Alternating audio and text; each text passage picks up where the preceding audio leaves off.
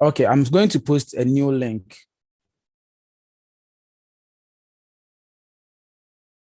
We are doing chapter 3, demand forecasting. Okay. We are doing demand forecasting. I'm sharing the link again. So those who are saying it's private, I'm sharing the link again.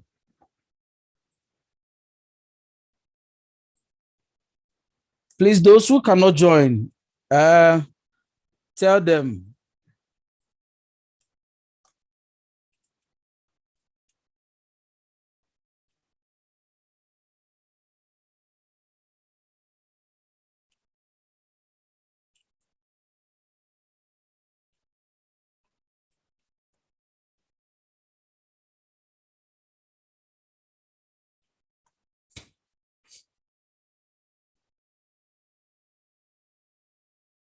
If you cannot join, watch it live on YouTube, okay? So please send this link to your various platforms. Tell them that the place seems to be, the room is full. So anybody who wants to join us should watch it on YouTube. Anybody who is late should watch us on YouTube, okay? And I'll be taking questions.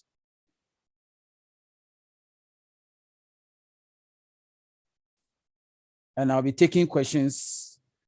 I'll be taking questions on YouTube. So I am monitoring everything over here.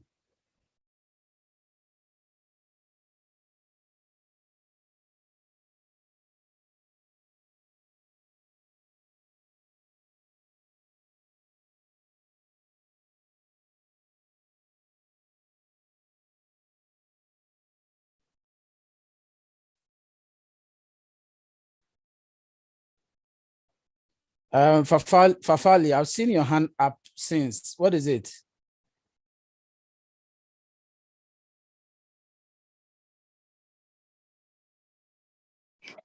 Hello, please, you've already answered me. Okay, all right. So without Fafali, I've seen your hand up since. What is it?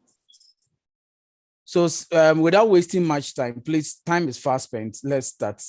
All right. So the whole idea behind what we are here to do today is about trying to understand what demand forecasting is. Okay. So let me share my screen here. Let me do, okay, I'm coming. Let me share the entire screen. Share screen. Okay, good. So let me put this here. Please, as I said, I'll be reading comments. Okay. Those of you are on YouTube, I'll be reading questions from YouTube as well. The pilot is ready to set off. Yes. Pilot Caleb is ready to sail. All right. So I won't go through the theory, the reading aspect of it. What we have always tried to understand is that, hey, who is writing on my screen?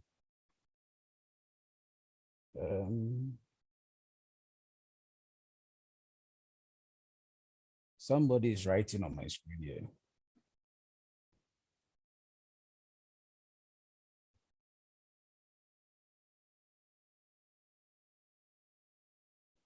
Okay.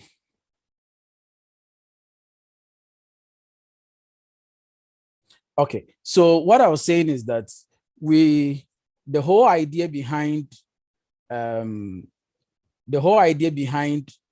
what we are doing today is that, Daniel Fori, please, if you have any question, please type it in the comment section. Okay. Oh, the YouTube link, I've already posted it. I've already shared the YouTube link. That's the YouTube link. Those of you are asking of the YouTube link, I've posted it over there. So if you are not here, you can join us on YouTube. Okay. So the whole idea behind what we are trying, the bell sound, please don't be disturbed. It's when somebody joins, that is when you hear that bell sound. Okay.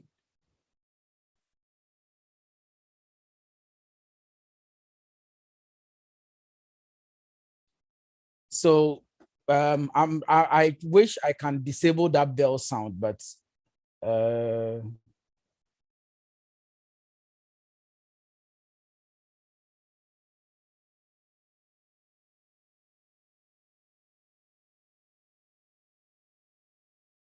I'm coming. Let me see if I can disable that bell sound.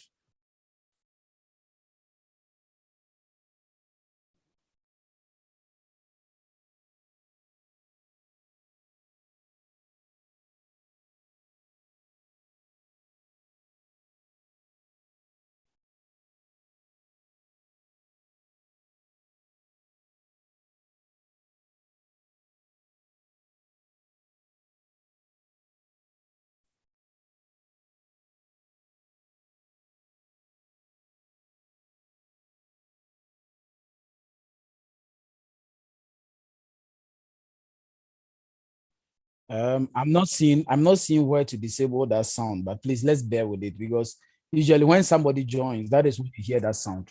So okay, let me move on. So what we are saying here today is that we want to the whole idea is that we want to find out how demand for our products. We are an organization, okay?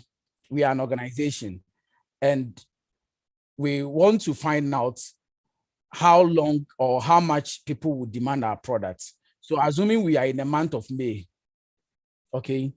We are in the month of May, and we are able to sell items in a range of, let's say, 500.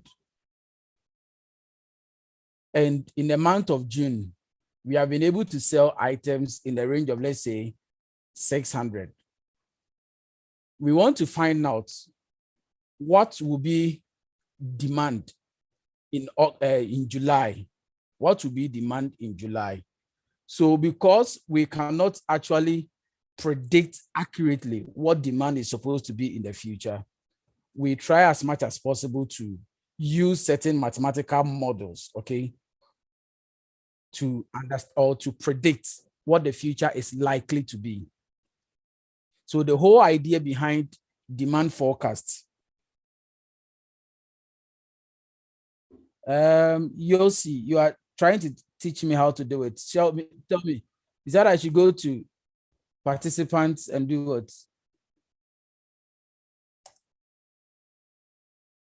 Manage participants. Where do I get manage participants? Let me raise your hand. Let me unmute you and take me through it.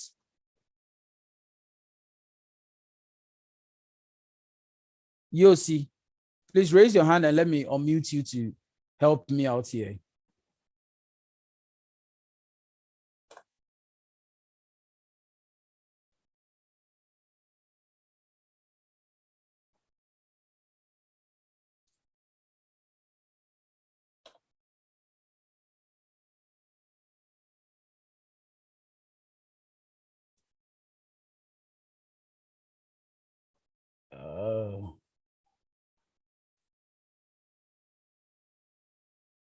Manage participants. I'm not seeing anything.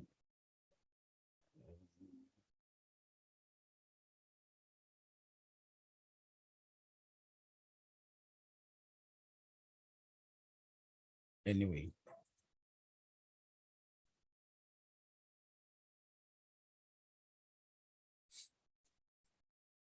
Okay, Yossi, unmute yourself and help me out here. Yes, hi. So I'm not sure how your screen looks, but then on the participant, I've shared my screen, so I don't know. You should be able to see my screen there. Okay, then let's go back to the Zoom call. Okay. I'm coming.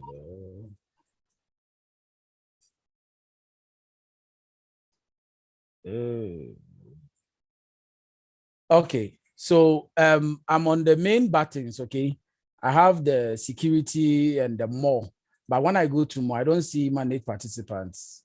So when you go to more, it should be on the participant section, and the more you should see something like a drop down menu. Yes, when I'm at the more, the only thing I see, focus, live, copy, enable annotation, hide, If you see anything like play, enter, or exit chimney, I think it should be there. Play. Like select play, enter, or exit chimney. No, I'm not seeing it. It's normally on the participant section. It has a more buttons right around the participant section. Under the participant section, the more I only see invites. I'm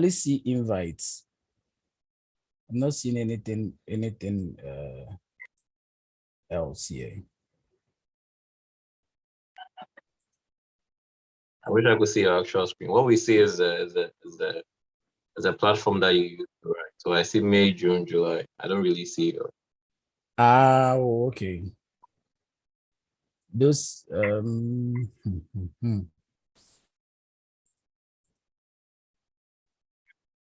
coming.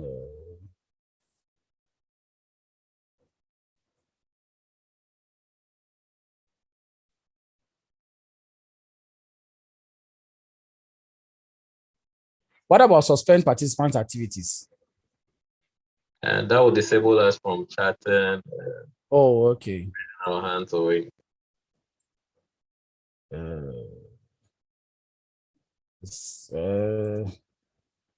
Because what I see here is pause recording, stop recording, live transcript, breakout rooms, reaction, start focus mode. I really wish I could see your screen, but it's fine. I think we can compromise. Do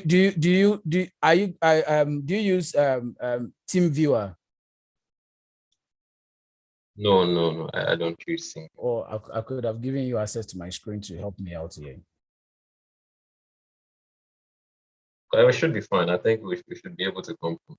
Okay. All right. So without wasting time, let's continue. So what I'm saying is that we want to understand how we will use some of these mathematical models to be able to predict what the future is likely to be. The demand for the future is likely to be. Okay. So the whole Ivy, if you are raising Erica, Yaboa, if your hand is up, please kindly go to the chat and put it there. I will respond over there. So we want to find out how we'll be able to use some of these.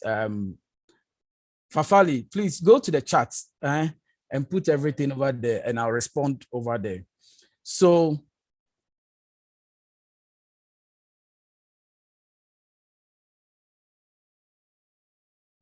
we want to use or want to learn how to use some of these models to be able to predict the future. So what I've just written on the screen for you, okay, assuming in the month of May, we have 500. In the month of June, we have demand to be 600.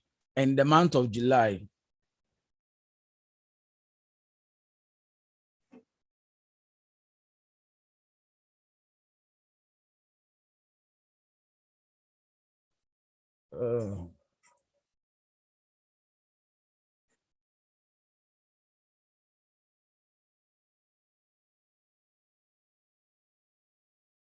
okay. So we want to find out how demand is supposed to be in June. But because we cannot predict or we cannot just say out of vacuum, we need certain mathematical stuff to help us do those things. That is why it has become necessary for us to learn these calculations, just to learn or to help us predict what the future is likely to be. So without wasting time, let me start by taking us through the first. Let me start by taking us through our first model. So let's look at the various models that we have. Okay, we said there are two. We have the qualitative and the quantitative. Okay, but we are into quantitative. That is the use of mathematical stuff to predict the future. So the time series method so these methods use historical data to trying to predict what the future is likely to be. Okay, and they are statistical technique that make use of historical data accumulated over a period of time. So they assume that what happened in the past will continue to happen in the future. So they relate the forecast to only one factor, and that is time.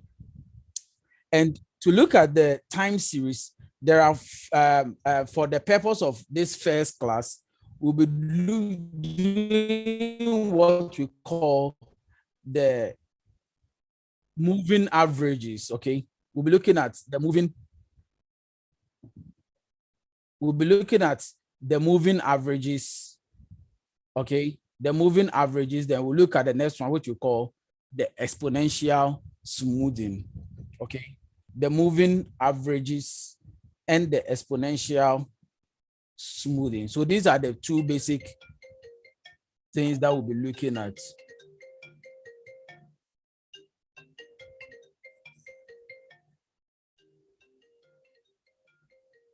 All right.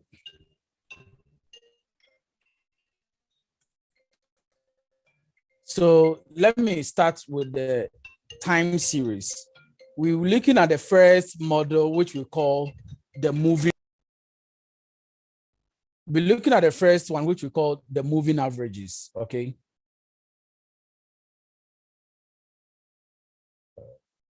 Okay. So with the moving averages, what we are saying is that we are trying to use, or we are trying to predict the future. By predicting the future, what we do is that we look at past data and use it to predict what the future is likely to be. So let's take an example with the moving averages, okay? So assuming I have this data here, okay? Assuming I have, oh, let me write one. So assuming I have this data here, so let me draw a line here.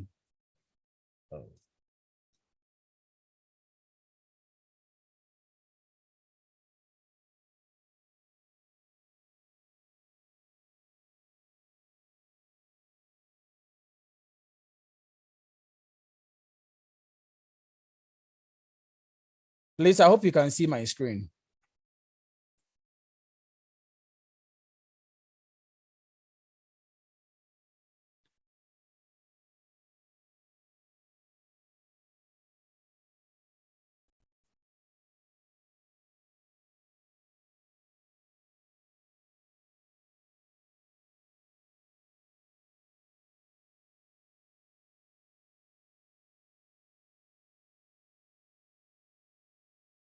The bell or the sound that you are hearing is not from the chat.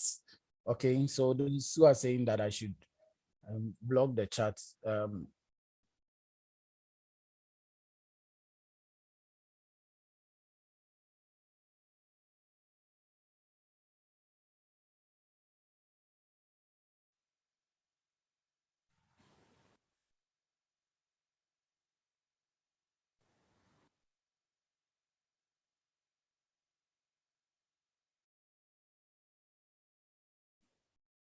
Okay, so assuming demand, these are the periods, okay?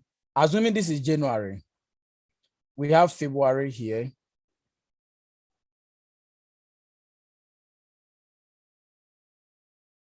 We have February here, we have March, and we have April, and we have May, June. Let's take these few figures or data.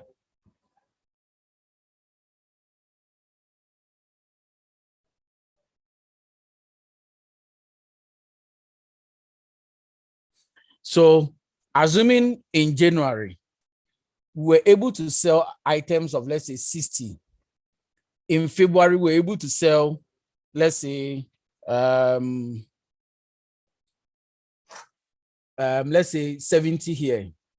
Then in March, we want to say that March demand was 50. In April, demand was, let's say, 45. And May was, let's say, 75. So using what we call the moving averages, we call it the simple moving averages, the first model that we are looking at. Okay, we call it the simple moving average. And the formula for the simple moving average, according to our slides, is this one.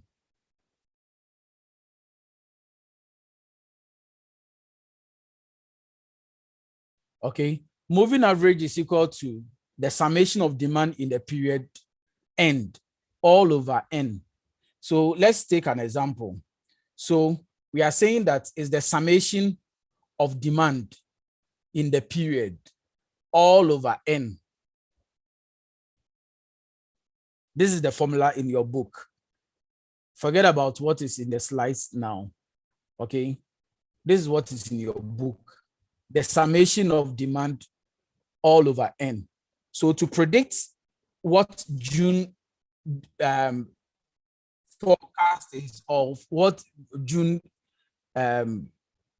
demand is, what we need to do is that we have to do the summation of all the demands. Okay, so this will be 60 plus 70 plus 50 plus 45 plus 75. And how many periods that we are dealing with? We are dealing with period 1, period 2, period 3, period 4, period 5. 5 periods. So we will divide all of it by the number of periods, which is 5.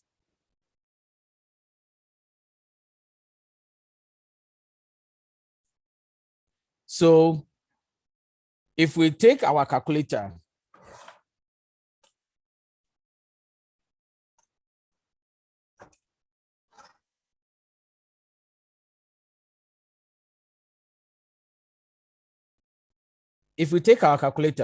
I hope you can see the calculator too. So 60 plus 70 plus 50 plus 45 plus 75, which is 300. So it's going to be 300 all over 5. So 300 divided by 5 should give us 60.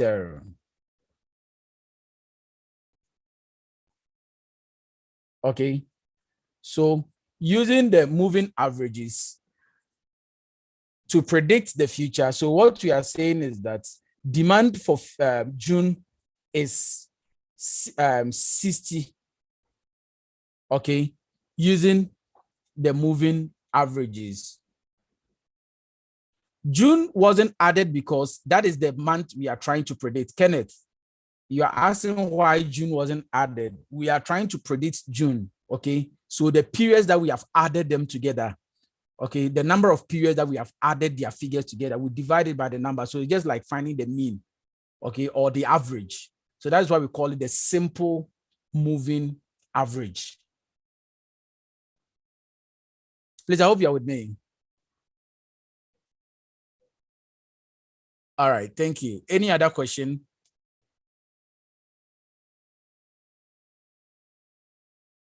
Those on YouTube, if you have a question, you are free to ask. Okay. I can see 49 people on YouTube. That is good. All right. If you have any question on YouTube, please kindly go to the comment section and type your question there, and I will read it and answer. Somebody say, can we download the video on YouTube? Yes, when I finish, the video will be on YouTube. So let's understand it here, okay? Well, let's understand it. After understanding it, the remaining shouldn't be a problem. Okay.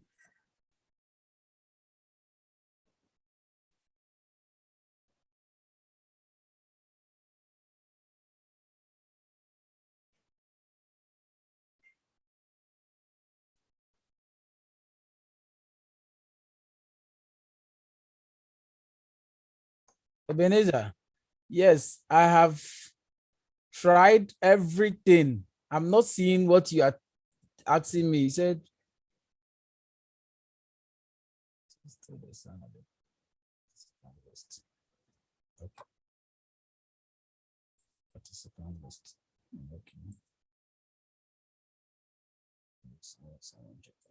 Okay, good. Ebenezer, I think I've seen it now. Thank you very much. Thank you, thank you, thank you, thank you. So the YouTube link says it's private. It's not private anymore. I've removed it from private. So if you are still using the old link, I beg you, it's not private anymore. Gilbert, this is the new link. Okay, use this new link. All right. Now, this seems very simple. Okay, the simple moving average. Now, using the simple moving average. All right, using the simple moving average, what we usually do is that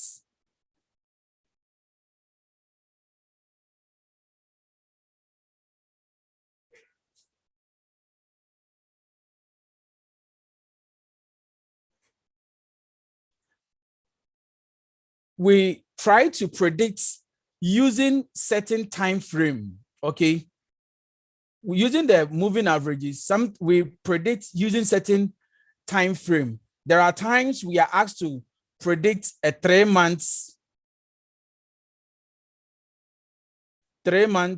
moving averages. Okay, there are times we are asked to predict 3 months moving average.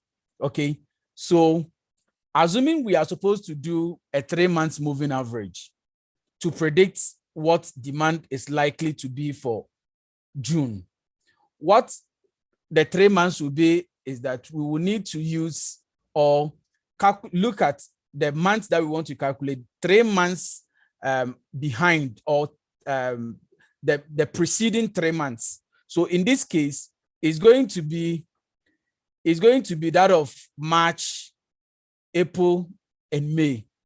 So if we are asked to use 3 months moving averages, usually the moving averages, if you have to do the calculation using a certain time period, it is between 3 to 5 months. Okay, usually it's between 3 to 5 months. Haruna, ECG has taken its property. Sorry.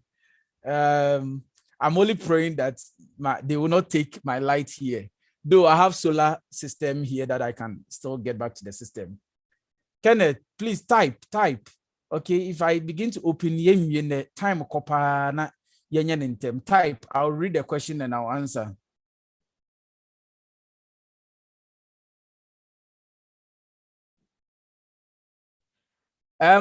Rosemond on YouTube, you are saying that, so meaning whenever you are asked to find the moving average for the month in question will not be given. If it is, they will tell you either 3 months moving average or 5 months moving average. Sometimes they will tell you to do 3 months moving average starting from the first month.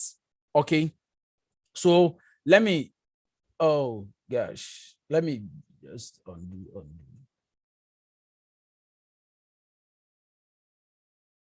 Okay, so assuming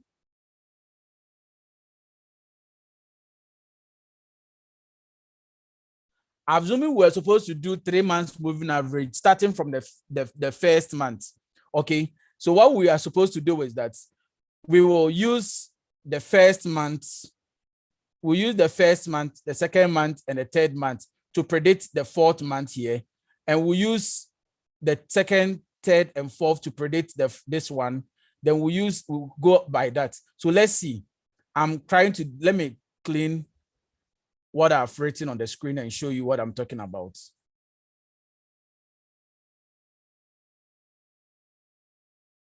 So if we are to do 3 months, moving average, 3 months moving average, okay? So we will start with the first month, which is January, making it 60 plus February figure, which is 70, plus March, which is 50. Then we divide it by the number of months that we are dealing with. So in this case, we're asked to do 3 months. Yes.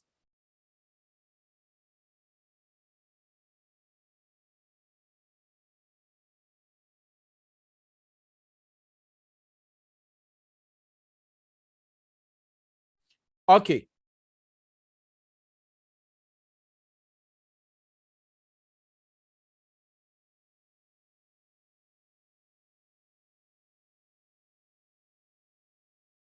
Please, just a second.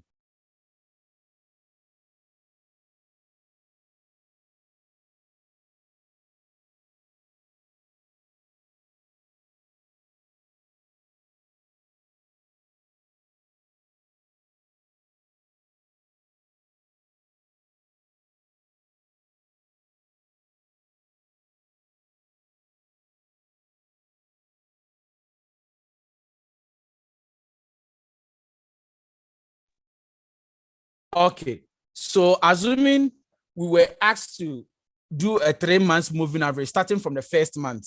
So what we are supposed to do is that we add the first 3 months, then we divide it by the number of periods. Okay. So in this case, which is number of period is 3. So 60 plus 70 plus 50, 6 plus 5 will be 11. 11 plus 7 will be 18. So that is 180 over 3. And that should give us 60. So the forecast for April should have been 60. So to find out of May, we will do 1, 2, 3. Okay. So this is for April. Okay, this is for April. And to find June. So June will also be equal to 70 plus 50 plus 45 divided by 3. So this will give us 130. So 70 plus 50 plus 45 divided by 3, which is 55. So June forecast would have been 55.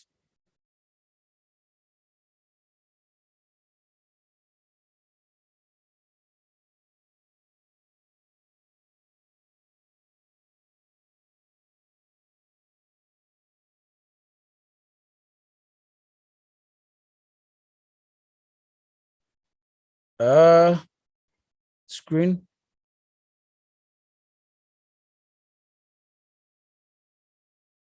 Let me share again.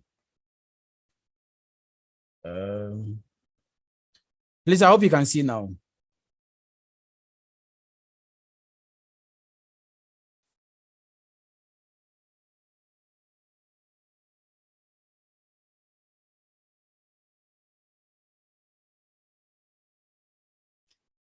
Somebody is saying it's getting confusing. Please, what is so confusing? Okay, so for June to predict what sorry, let's do May. Sorry, this is May. Sorry, this is May.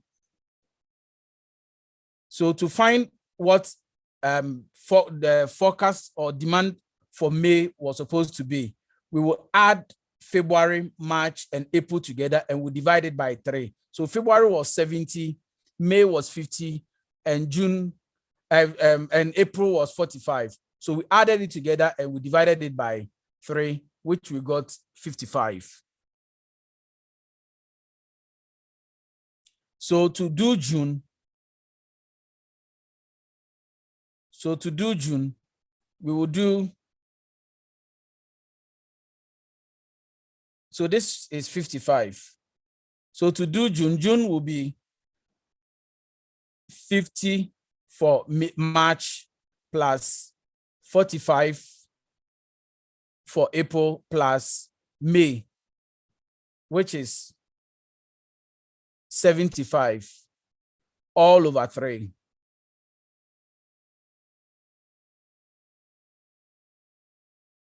All over 3.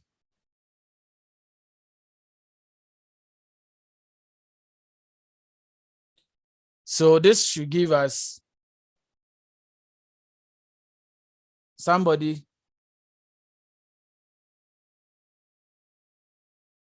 55, 56.67. Let me also confirm it here. 50 plus 45 plus 75 divided by 3. Okay, now this is where it gets interesting. If you are given a question, okay, if you are given a question and the question is talking about item that cannot be measured in decimals. If the question is talking about item that cannot be measured in decimals, then please, you cannot leave your answer in decimals. If it's item like, let's say, cars, you can't have 5.67 cars. So anytime you are given a question that deals with item that are, what do you call it? Item that cannot be measured in decimals, then please leave your answer in the nearest whole number. So assuming this is a car business that we are dealing with, demand for cars, then this, instead of 56.7, we will approximate it to the nearest figure, which is what? 57. So demand for June would have been 57. We are doing 3 months moving average. If we're asked to do 5 months moving average, then what we will do is that we calculate 5 months and divide it by 5. Okay. Please, do you understand?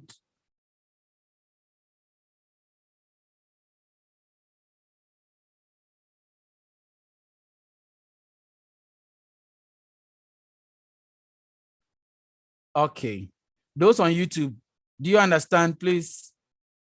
I'm reading question on YouTube. If you can understand, if you understand, just say I understand. Okay. You'll see lunch. Okay, thank you. All right. So this is just the basis of all the calculation that we are dealing with today. This is the basis of all that we are doing today. Now, the downside of this type of model, which is the simple moving average, is that all the previous occurrences, all the previous demands are treated as equal. Okay, we assume that they all have equal effects on what is likely to happen in the future. That is why we divided it equally. But the propounders of the next theory, which we call the weighted average, okay, so we are moving on to the next, we are moving on. Okay, let me show you an example of what we just did. Okay, let me show you an example of what we just did. So look at the screen here. Look at the screen here. Now we have the months and actual demands over here. Okay, so in the month of January, demand was 10. In the month of February, demand was 12. In the month of March, 13. April is 16. May is 19. And June is 23. And July is 26. Okay, so assuming we want to find what demand is likely supposed to be in March.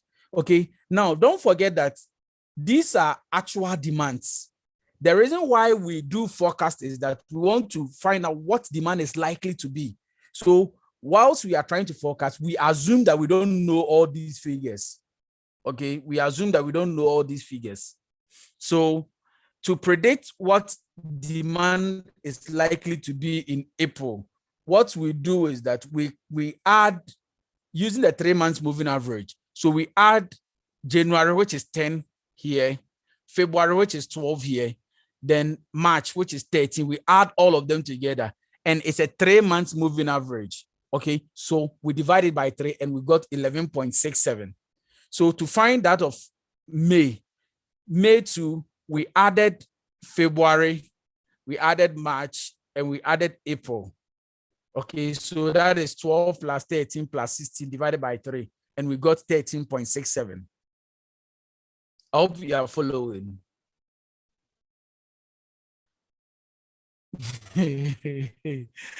Please, ECG, spare my people for me, okay? I'm begging you.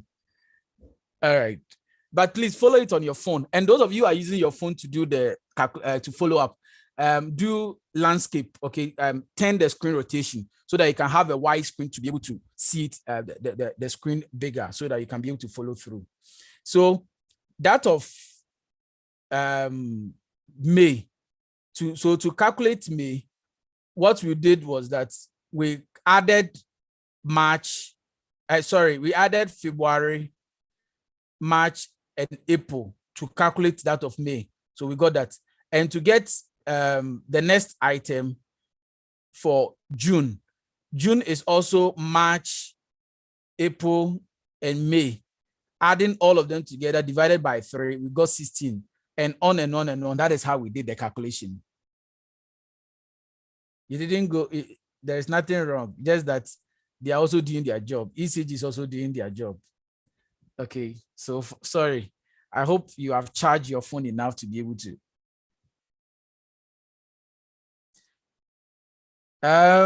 You see, how is April 16? Thought it was 11.67. Let's see. 13 plus 16 plus 19. 13 plus 16 plus 19 divided by 3.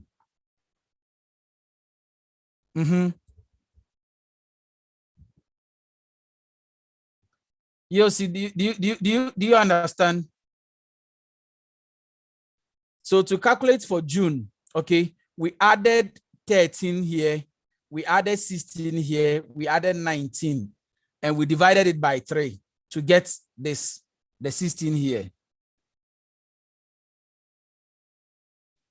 April, you are asking April. April, we added.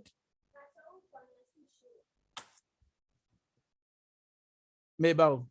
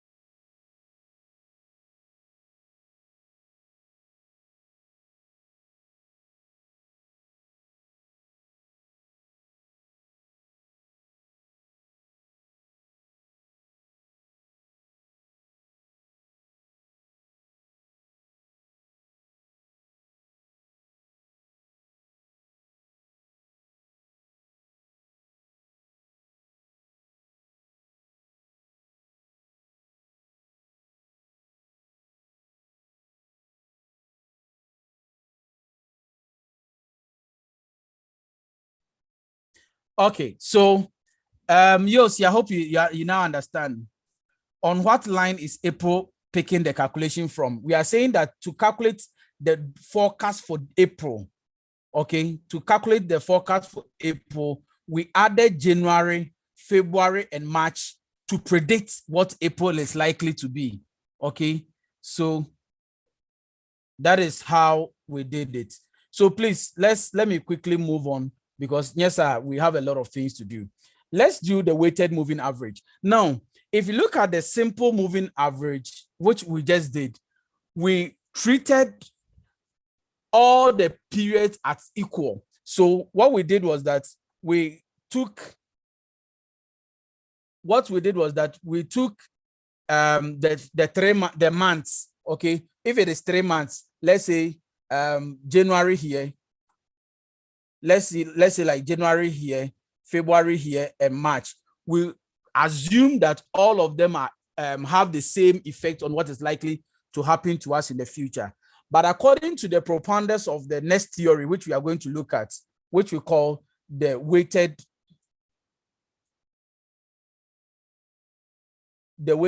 moving average, they are saying that what happened in the previous current months, the immediate previous months, okay, has a higher effect on what is likely to happen on the future than what happened in the 2 or 3 months previously. So let's say we have January here, we have February here, we have March, we have Let me scroll down a bit. January, February, March, we have April, we have May, and we have June. Okay. If January was 50 and February was 70 and March was 80 and April was 75 and May was 60, and we want to predict what June is likely to be.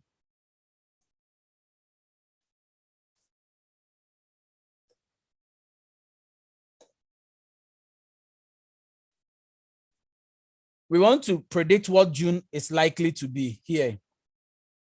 Okay. According to the weighted moving average, we added or we summed up all these figures. We summed up all these figures and divided it by the number of periods. Okay. But the propounders of the weighted moving average, they are saying that what happened in our previous months. So assuming we are in June, we want to predict June, what is likely to be in June. Assuming we are using 3 months weighted moving average. So that should have been March. That should have been March, April, and May. We're using 3 months moving average to predict what June is likely to be. Okay, it should have been March, April, and May. Adding them together and divided it by the number of periods. But with the weighted moving average, the proponent of the theory says that what happened in our previous month is likely to impact the future more than the previous ones. So what it means is that what happened in May is likely to impact June rather than more than what April and March will affect what will happen in June. So because of that, we assign certain weights to the previous month, and we assign more weight to the immediate past month than the rest. So assuming this is a 3 month moving average, we can say that what happened in May is likely to affect 50% of what will happen in the future. And what happened in April is, I'm coming, so 50%. And in May is, let's say, 35%. So we are assigning weight, and this is 15%. And the total of the weight should be up to, 100%. Oh, why? 15 and 35. Okay. We are saying that the sum total of the weight should be equal to 100%. So to calculate this using this formula, or to calculate this, we use a formula. Oh, where is my formula? Oh. I have moved. Oh. Sorry, but this is how the formula looks like. I have moved something out. So this is how the formula looks like. It is the summation of the weighted average and demand. Okay, so the weighted moving average is equal to the sum of the weight multiplied by demand. So in this case, to take this example, this is how we are going to do it. So it's going to be 80 here for the first month, which is March. 80 multiplied by the weight.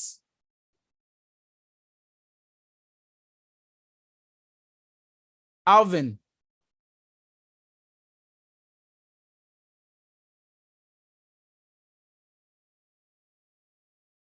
Somebody says, sir, is the 3 months moving average a constant factor? Please, it depends on the question that you'll be asked to do, okay? Yes, somebody is also saying, does the question always provide the weight? Yes, the weight will always be provided. The weight will always be provided. So if you are asked, because if you are not given as what do you call it? A uniform weight. How will you be able to calculate? Okay, so to calculate that of June, so it's going to be 80 multiplied by its weight, which is 15%, and 15% is 0.15. I hope you are with me. Plus the next one, which is 75, multiplied by its weighted average, 0.35. Okay, plus the next item, which is 60 multiplied by 0.50.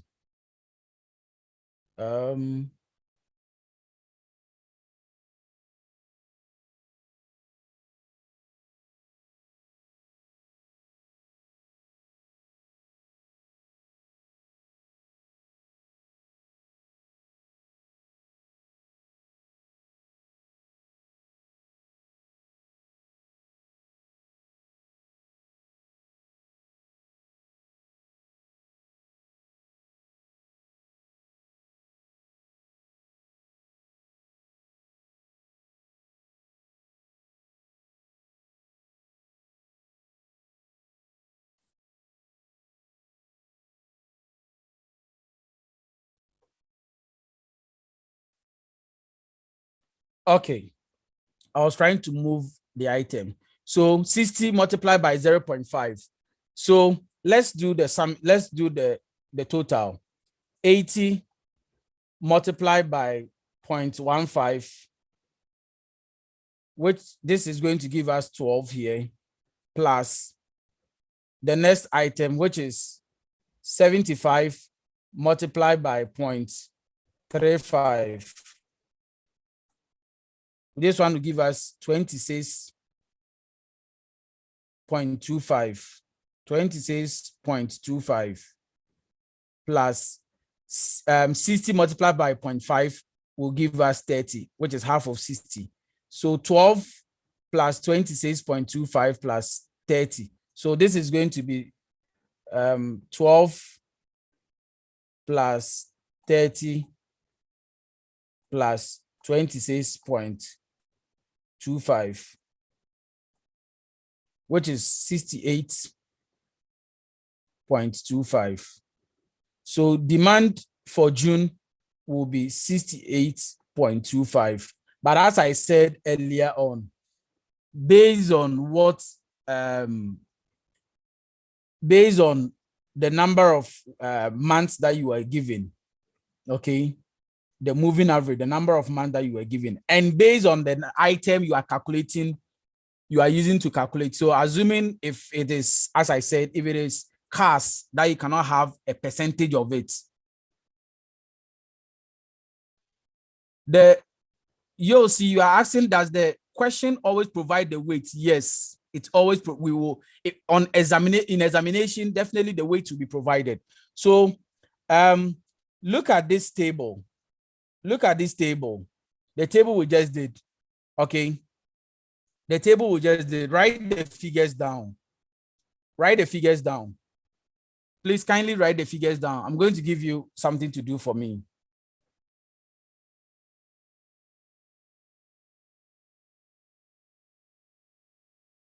The weight, if it is given in percentage, you have to put it in decimal. Okay.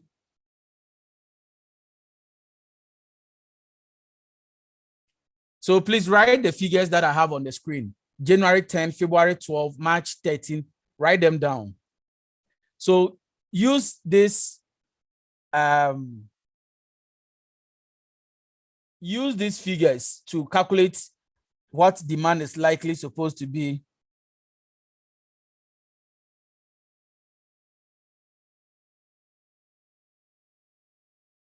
in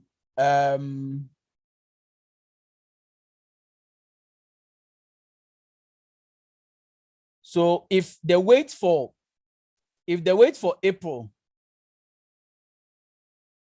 if the weight for April is 0.52, and so these are the weights. These are the weights. So April 0.5, 0.52,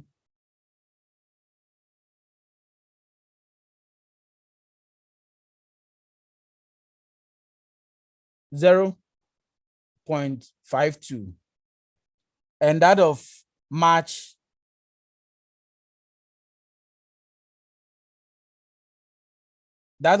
is 0.38. And February weight is 0.10. Use it to calculate. So calculate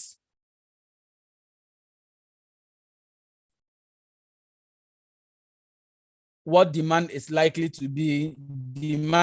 Calculate demand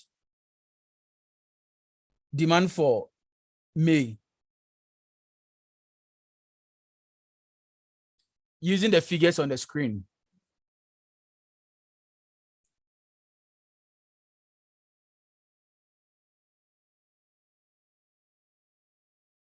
So I've given you the weights for February, I've given you the weight for March, and I've given you the weight for April. So calculate what demand is supposed to be in May.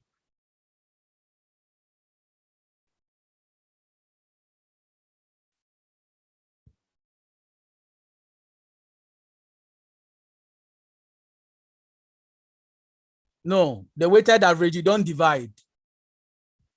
With the weighted average, you don't divide, please.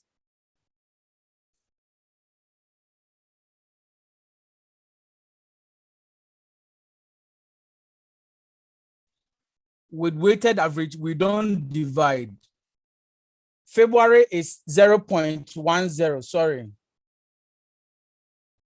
I don't know why sometimes when I write, it cleans up. February is 0.10.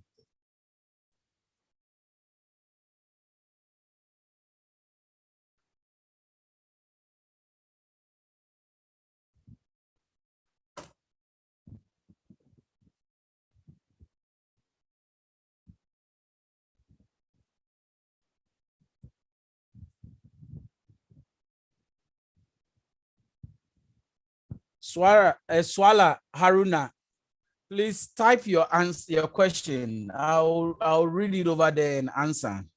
Type it.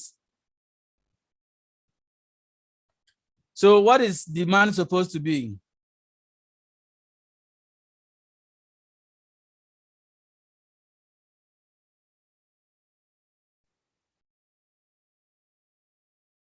So it's going to be February. So let's do it. So February is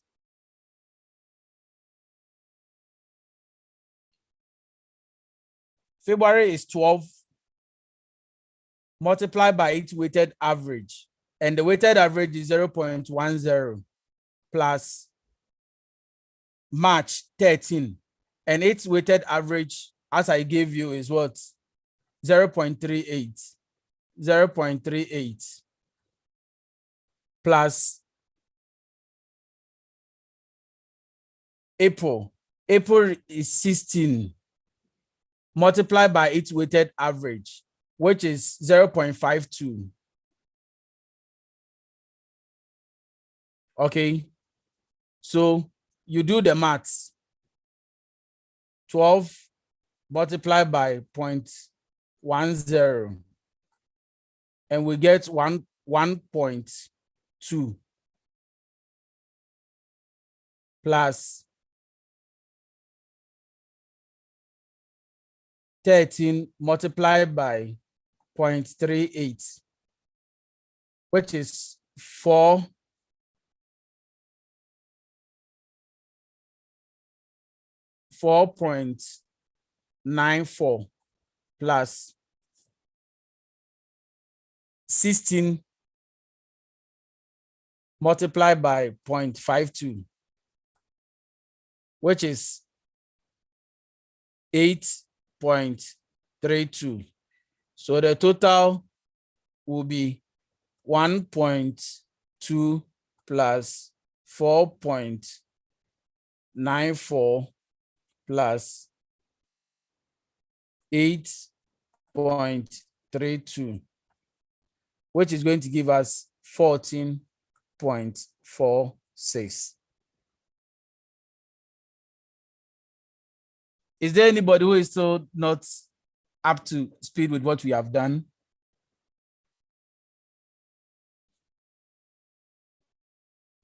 Please, if you are still confused, let me see your hand and I'll help you out.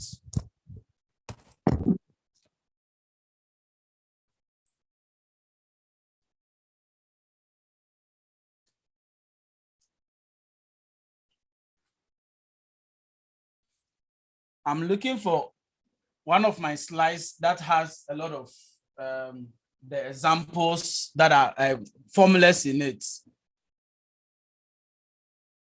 Michael, please type your question and let me read it.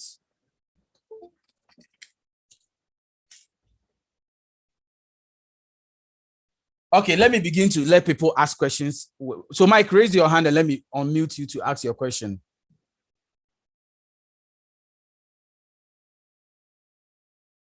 If you have a question, raise your hand and I will unmute you to come and ask your question. Okay, Mike.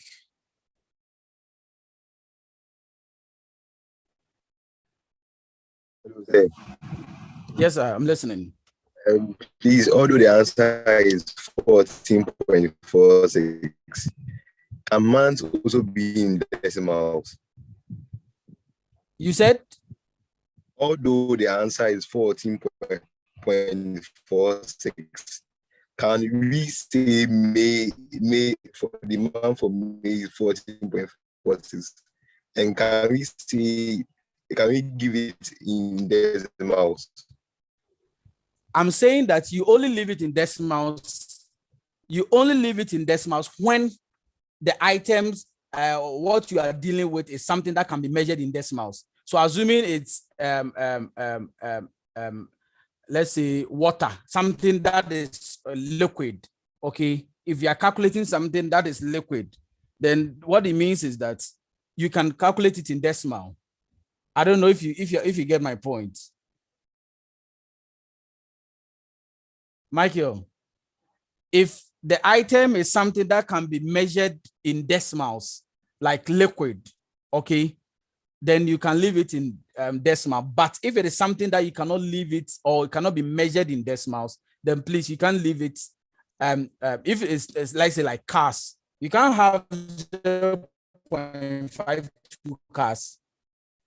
You can't have 0.52 cars. So anything that cannot be cannot be measured in decimals, you can't leave it in decimals. Okay, Andrews, please ask your question.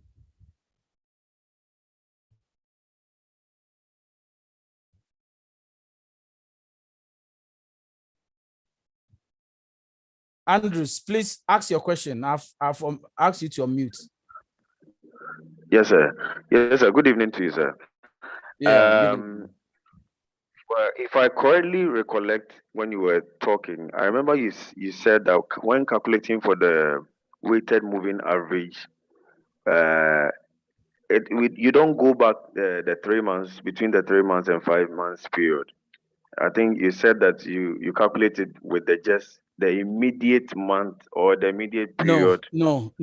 I'm saying that what I said was that, please let me correct you here. What I said is that when you are calculating the weighted moving average, the proponents of the formula said that the past month or the immediate past month, you assign more weights to that immediate past month more than the preceding ones. Okay.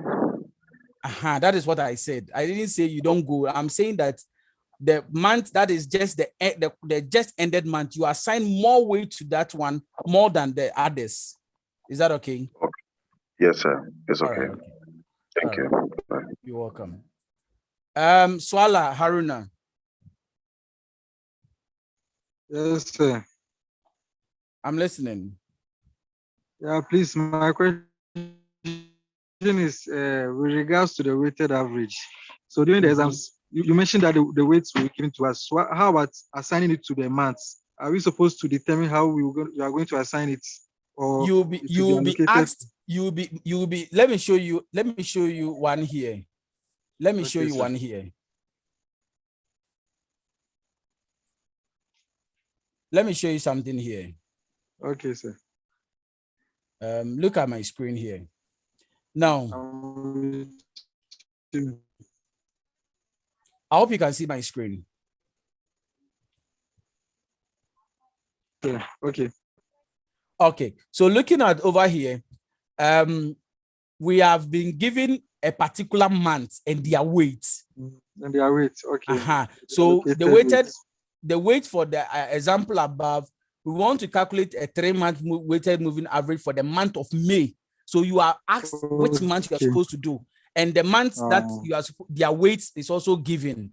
So all you need to do is just to add them together, and I get it, sir. do your- Thank you very much, sir. Okay, all right, you're welcome. You're welcome. Somebody said no sound. Yes, Sammy, the closer the month, the higher the weight. So in the real world, if you are using this to help you do a calculation to find out what demand is likely to be, and you are assigning weight, make sure that the current month is assigned more weight than the immediate past month is assigned more weight than the others. Is that okay? Please, is there any question before we now move into the deep? I feel now we just finished with praise and worship.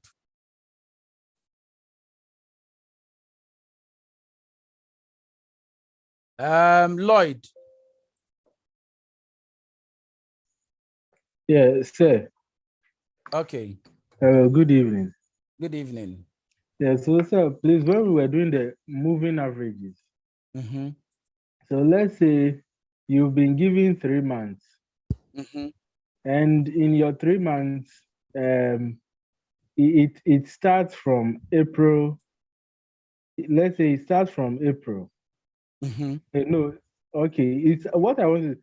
So let's say if we get that of we have worked from March to May, we worked it to find out of June, and still we have to work for another moving 3 months.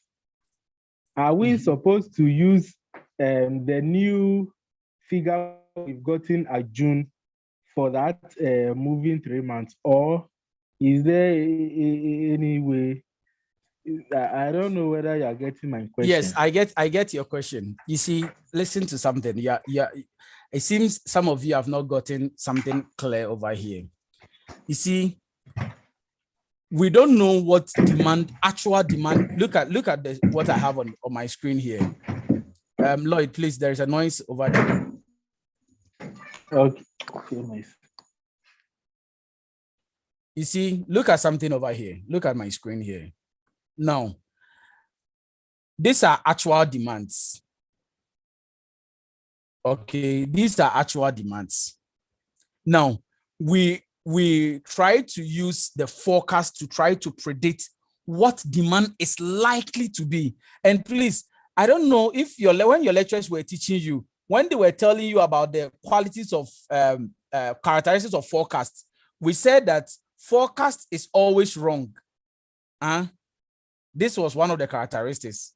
Forecast is always wrong. You can't forecast and get it accurately. Sometimes you are lucky to get it closer or the same, but it doesn't make you a soothsayer to say that, oh, I'll be able to predict correctly. So forecast has always been getting it wrong. So it gives us what we call a margin of error, which we will learn how to calculate it as we move along. So whatever demand is supposed to be in the future, we don't know.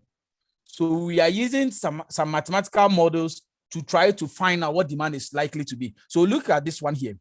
So we just used a formula.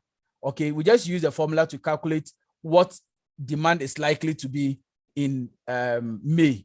Okay, and we said May is 14.6. Now let's go and see actual. What was the actual demand for May? Actual demand, when the actual demand came, it wasn't 14.6 anymore. Okay, it wasn't 14.6. Actual demand came and actual demand is 19. When we have used the weighted moving average to try to predict what May demand is likely to be, we got 14.46. But when the actual demand came and it was 19. So it means that our forecasts, we couldn't predict accurately. Okay. So what's your question? Yes, we will do question and answers after each section so that we don't jump or we don't push a lot of things on you. Somebody said, let's continue. Our batteries are dying. Yes, the little that we are doing, I'll be more happy for people to understand it before, rather than we rushing through. Okay. So the one who asked the question, I hope you understand it. Clara, the last question before I move on. Let me go to Clara.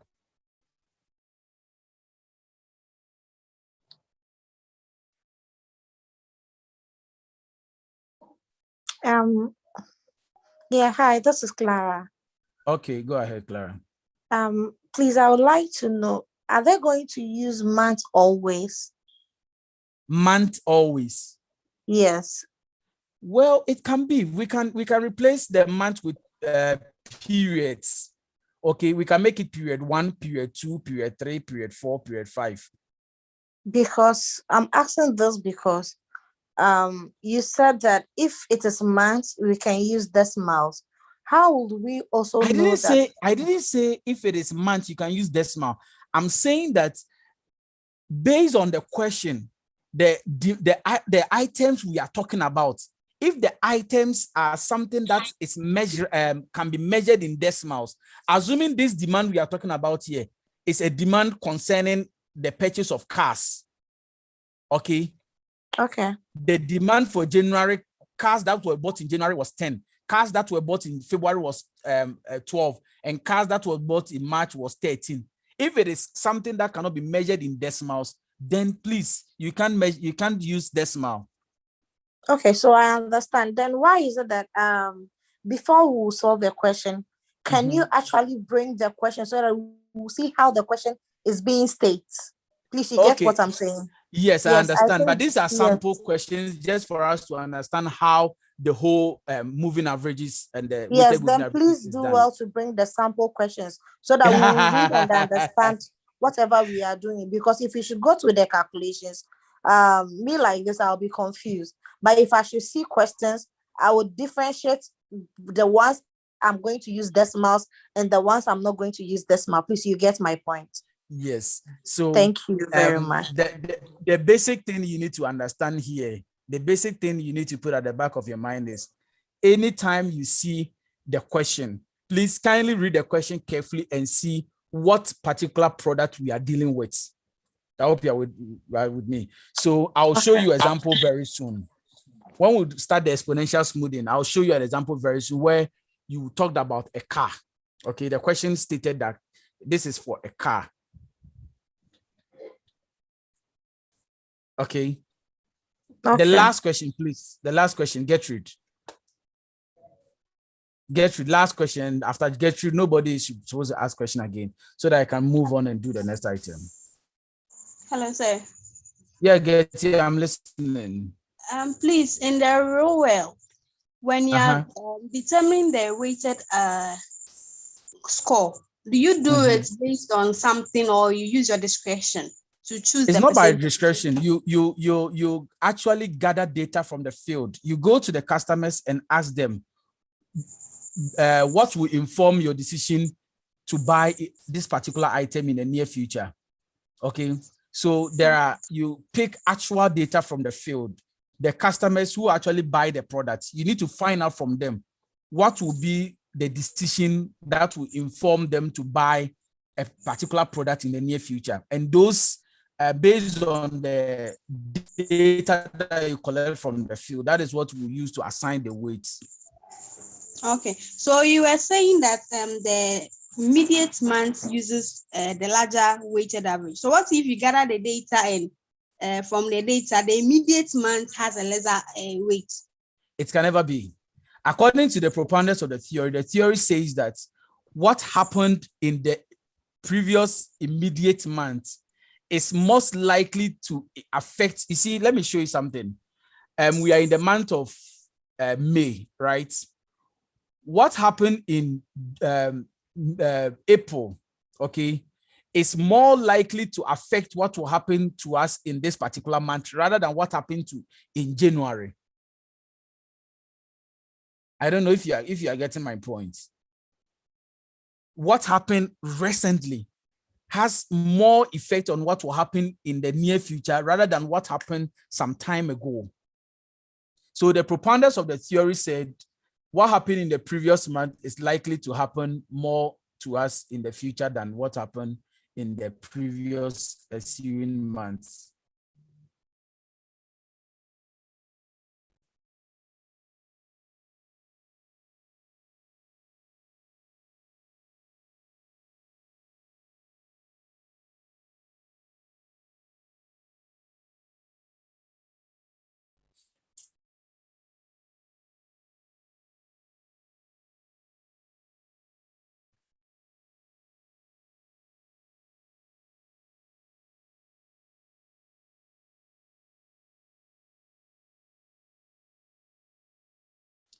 Okay. Please, let's move on. Because of time, let's move on.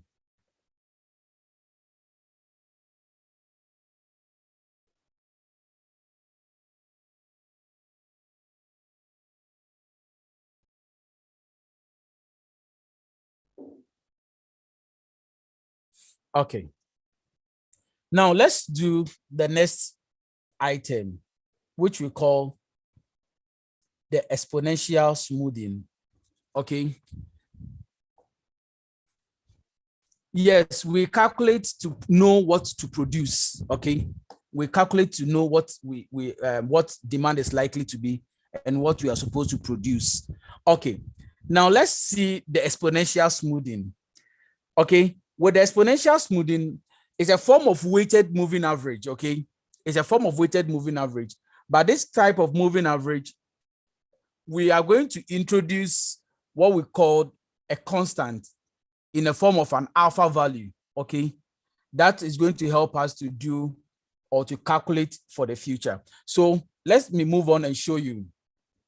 The exponential smoothing can also be calculated using this formula. Okay. The future value or the forecast value, the forecasted value, the FT, is equal to the forecast for the previous month, which is -1. So the current month -1, it will be the previous month, plus the alpha value into brackets, the actual demand of the previous month minus the forecast value for the previous month. Don't be confused. I'll be explaining it very soon. So don't be confused. Okay. So we are going to introduce an what do you call it? An alpha value. So let's take an example. As the example will make you understand it better. So let's see. Let me show you something here.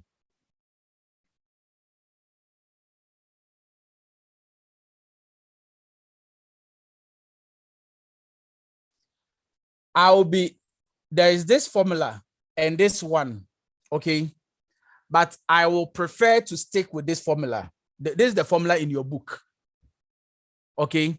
I'll prefer to stick with this formula. All of them will give you the same answer, okay? All of them will give you the same answer, but I will prefer to stick with this particular formula here, okay? And I'll show you why. This formula will give you the same answer as the same as this one. Okay, so let's see. We are saying that the formula for exponential smoothing. So exponential smoothing,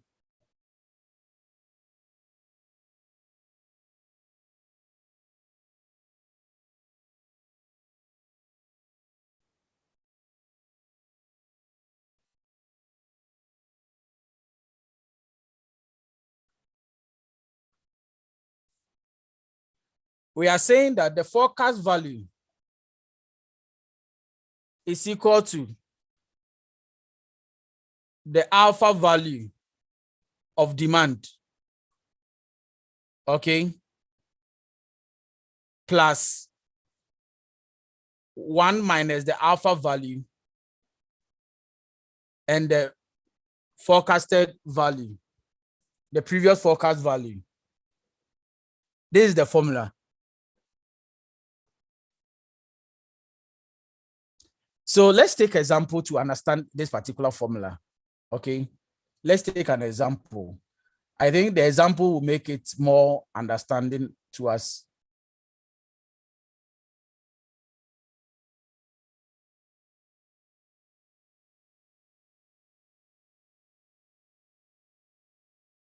So we have periods here. We have demand here. And we have the forecast value here. So let's say January here. Let's say February here. March, April, May,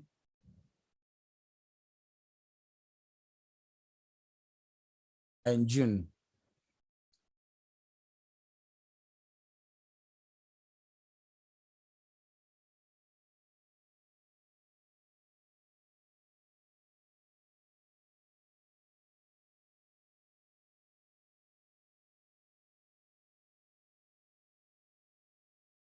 So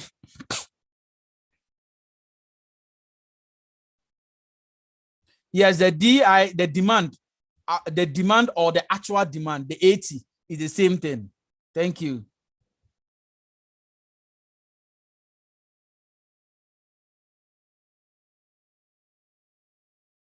Yes, FT plus 1 is the same thing. So forecast here, we can write it like this. FT subscription plus 1. That's the forecast for the next month. Okay. So Chichi Traga is the same thing. All right. So assuming demand for January is 40, this is 45, this is 50, this is 38. Or let me make this 58, 70. These are demands for these months. We want to find the forecast value for these ones. Now, according to this particular formula, we are saying that whatever the demand for the first month, assuming you are starting a business, okay? Assuming you are starting a business,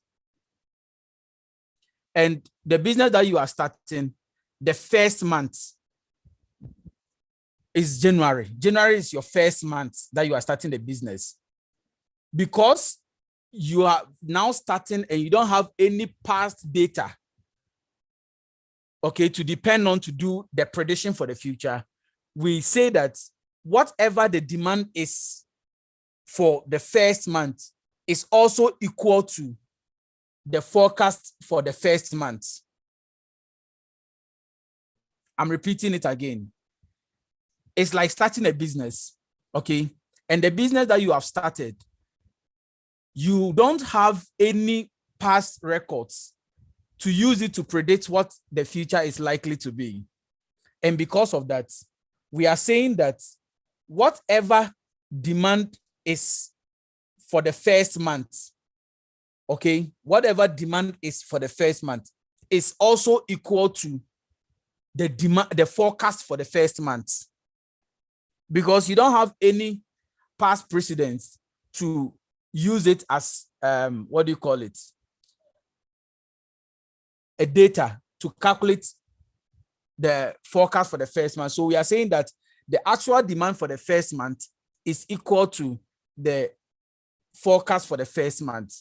So to calculate the forecast for February, okay, so let's calculate February. Now, one thing that I forgot to say here, every question that you are given, the alpha value will always be given, okay? So this is our formula. Alpha value will always be given. So for our example that we are trying over here, let's assume that our alpha value is 0.20. So every example or every question that you are given, the alpha value, somebody said my screen is frozen. It's not frozen, please. You two people, my screen is not frozen. So let's see. So to calculate the demand for February, we are saying that alpha value is 0.2. So 0.2. Okay. Multiply by the demand. We are trying to predict that of February. So to predict that of February, we need the demand for January. Okay, the previous month. So this demand here stands for the demand for the previous month. Please, I hope you are with me. Oh, why is this thing keep erasing? I'm repeating again. The demand over here, the DI, the D subscript I here stands for the demand for the previous month. We are using the demand for the previous month to predict what demand is likely to be in the new month. So 0.2 multiplied by the demand for the previous month, which is 40. Okay, which is 40 plus 1 minus alpha value. Alpha value is 0.2.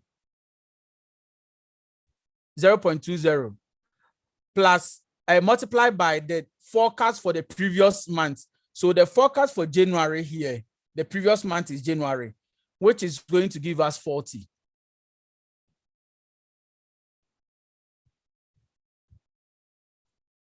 Please, do we understand?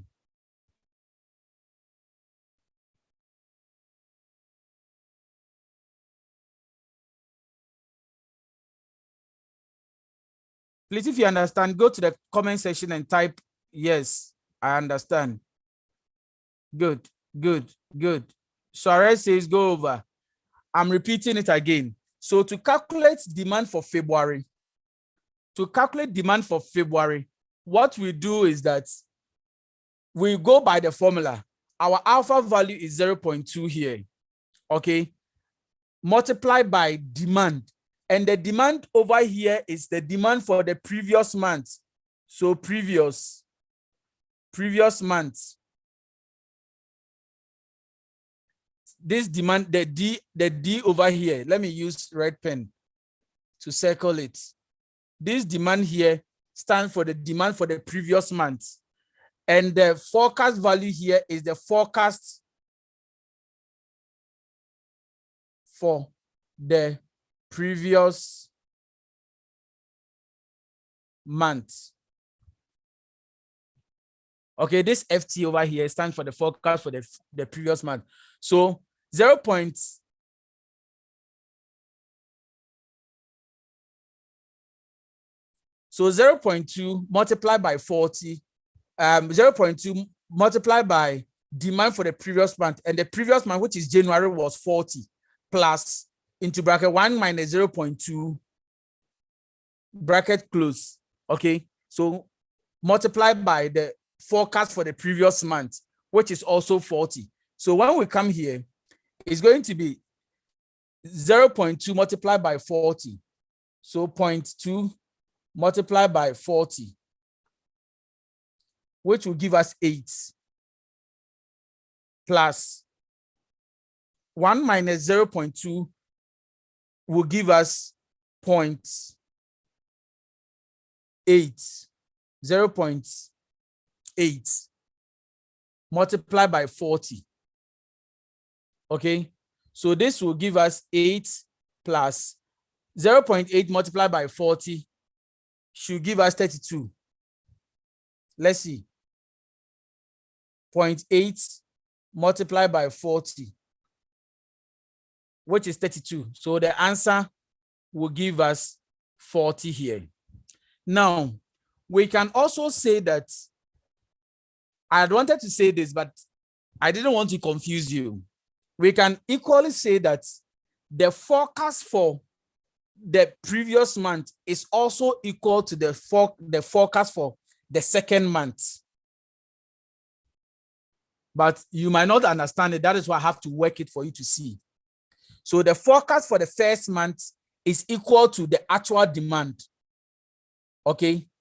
The forecast for the first month is equal to the actual demand of the first month. And we are also saying that the forecast for the second month is equal to the forecast for the first month, which gave us 40. Okay. Now, let's calculate that of sorry if I had to clean. Let's calculate that of March. So to calculate March is equal to 0.2. What is the previous demand? So the previous demand here, we'll be looking at what? What is the value of the previous month? Type it for me. Type it for me. 45. Good. So which is February? So we are doing March. So the previous one is going to be 45. Good. Good.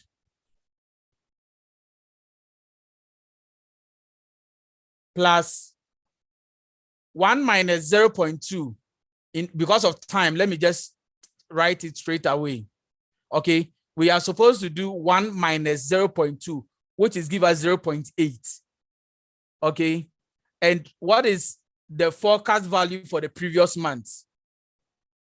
The forecast value for the previous month, which is the month of February. The forecasted value was what? 40. So we put 40 here. Good. So 0.2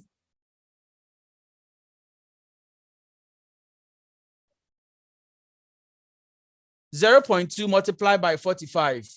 So 0.2 multiplied by 45,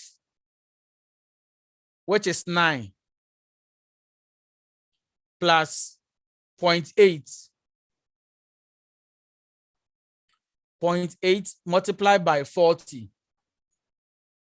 That will give us 32. So our forecast for March is going to give us 41. So we'll come here.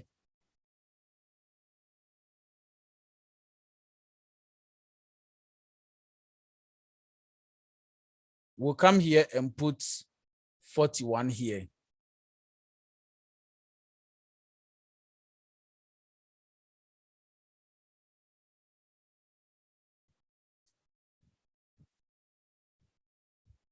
Is anybody confused?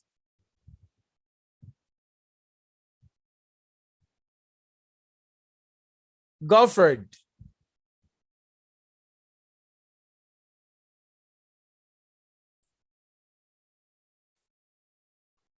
Godfred, I'm listening.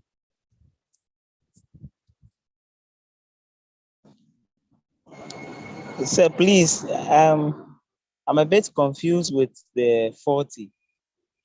Which of the 40? The 0. Is it the one after the? The formula says that it is alpha multiplied by demand. And this demand here, as I have explained over here, is the previous month. Okay. And into bracket 1 minus the alpha value, which we know the alpha value to be 0.2. Okay. And the FT over here is the forecast for the previous month. Okay. So 0.2 multiplied by the demand for the previous month, which was 45 here. The previous month, we are calculating March. So the previous month we are talking about here is February. So that was 45. So the forecast value for February here too was what? 40. That is why you see the 40 there. Okay, I get it now. I wasn't paying attention. Thank you. Please pay attention next time. If you had told me you weren't paying attention, I wouldn't have mind you. All right, Charlotte, please let me hear you.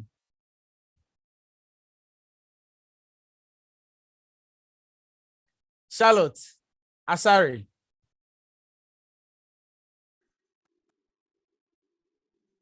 Those on YouTube, if you want to ask a question and you can't ask, please come to the Zoom. I think some have left, so there is room on Zoom. I think about we are 280 here. So if you want to come and ask a verbal question, Please do that. There is enough space on Zoom now. All right. Charlotte, I'm listening.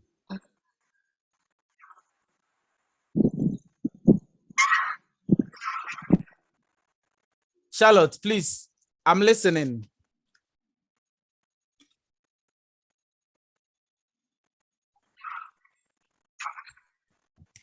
I don't think Charlotte wants to ask a question.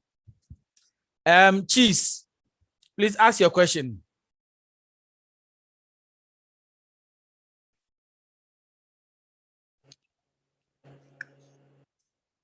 Please, I had a little interruption, so I wanted you to go over again, but I'm okay. You're okay now. Good. Yeah. Thank you Thank for being you. okay. Nancy.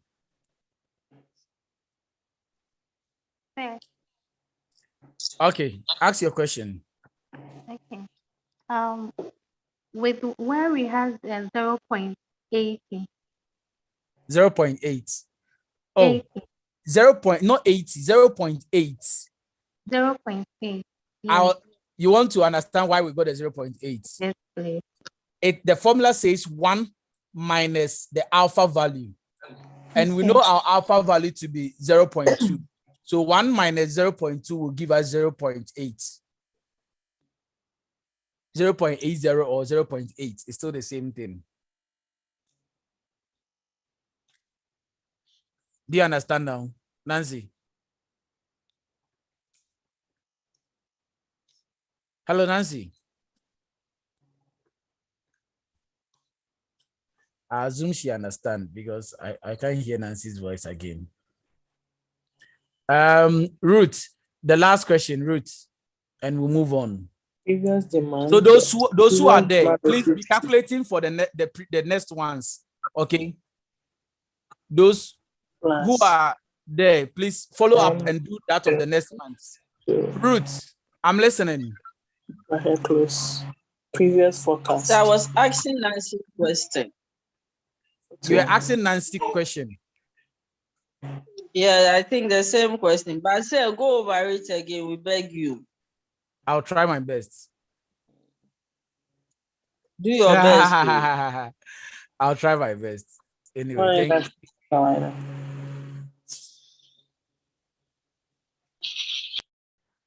Ahmed.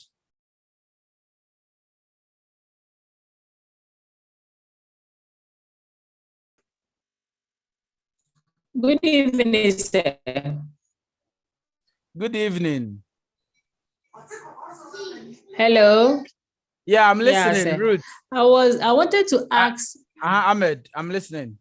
Yes, how you got the 9? That's what I wanted to ask. But they said you should go over. So maybe when you are in that process, I'll understand.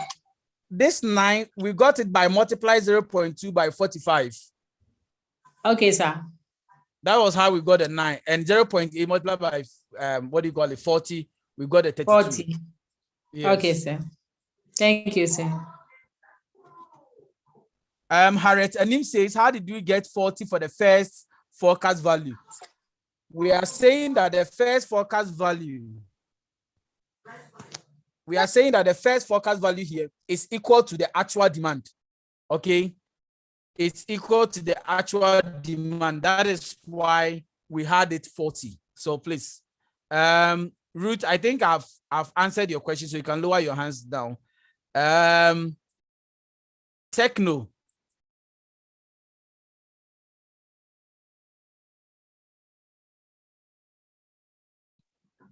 Hello. Yeah, I'm listening. Actually, when you got to the when you were explaining the formula, my network wasn't stable, so I didn't get it clear. Can you go over again? Please, those of you who are saying my network, please try and stay at places that you can get network, because it's almost 8 p.m. We have not even gone anywhere. We have not done the trend. I'm begging you. If we keep going back and forth, we won't do anything today. And the funny thing is that I had food on fire, and whilst teaching, I'd forgotten, and everything has burnt completely. the food has burnt into ashes. They just came to call me that I should come and check, and my food has burnt completely. Okay. And the data I'm using to stream, data is very expensive. I'm streaming from home. I'm not in the office. So we are doing all these sacrifices. The only thing I'm expecting from you, we are not charging. I have about 400 people online now. And if I'm to charge everybody 100 cedis, that will give me money. But Sally, this is also sacrifice we are also doing to sacrifice for you.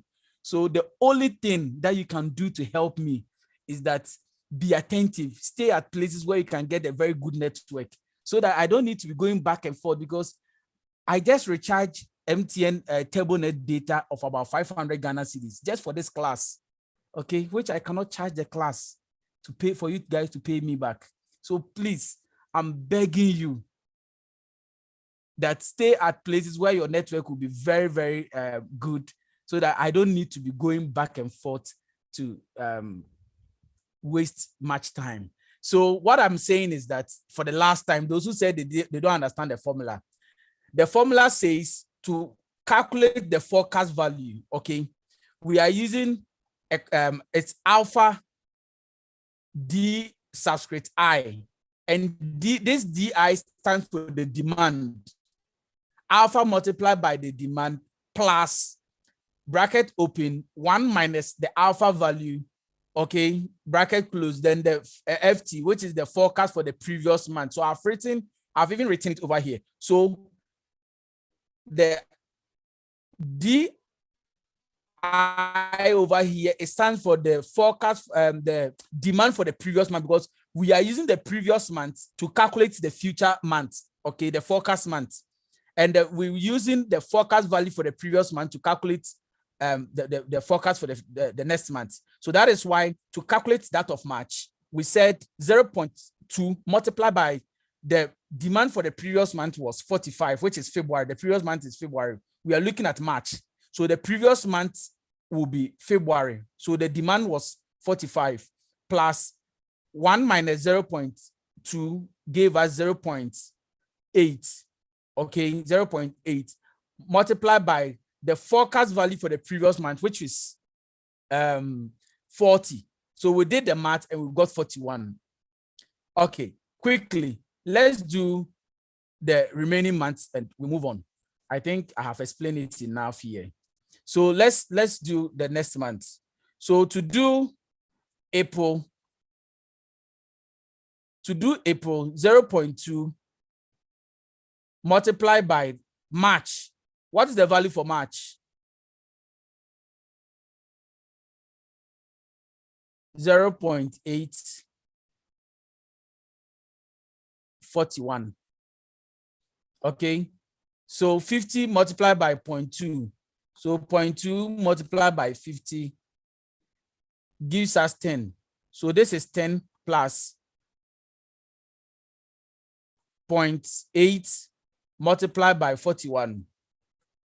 That gave us 32.8. So this should be 42.8. So we will leave it 42.8.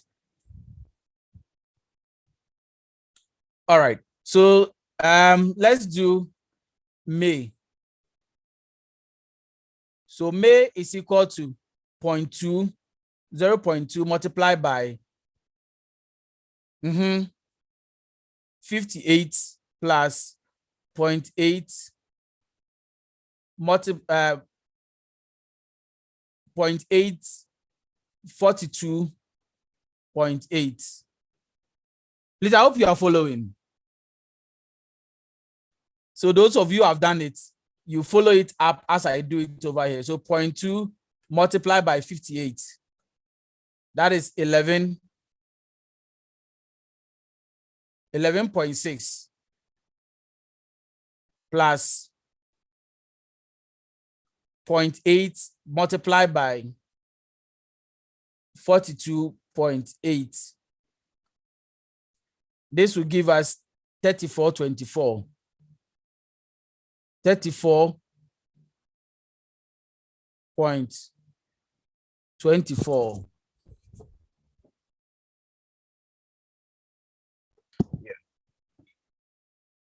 Good evening.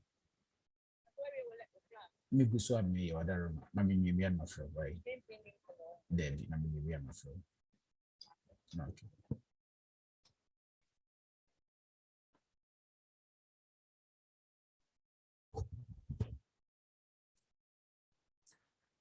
Okay, so what will be our total here? 11.6.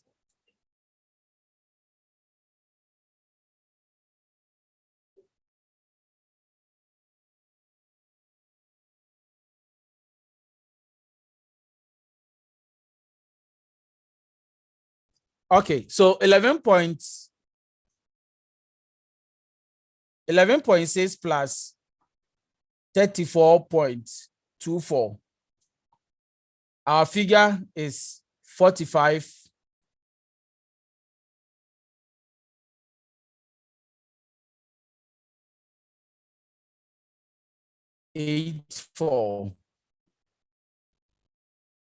What we are actually looking for is the demand for.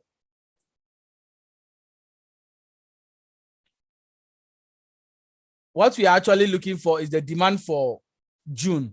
So let's calculate that of June.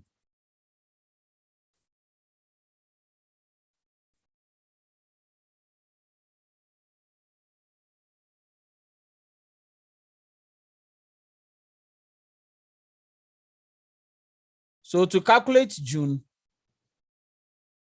is going to be 0.2 multiplied by 70 plus 0.8 multiplied by 45.84. So 0.2 multiplied by 70. This will give us 14. Then 0.8 multiplied by 84. Hey, sorry. 0.8 multiplied by 45.84. This gave us 36.672. So we add them together.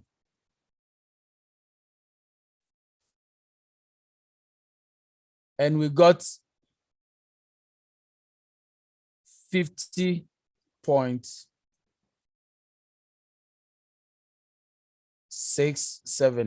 It's 50.672. But we are, because we have been dealing with two decimal places, we'll leave it at two decimal places. So making it 50. It was 50.672, but we'll make it 50.67. Okay. And in this case, I'm repeating it again. If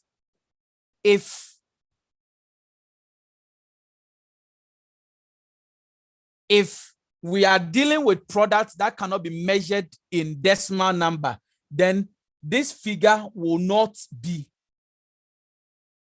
50.67.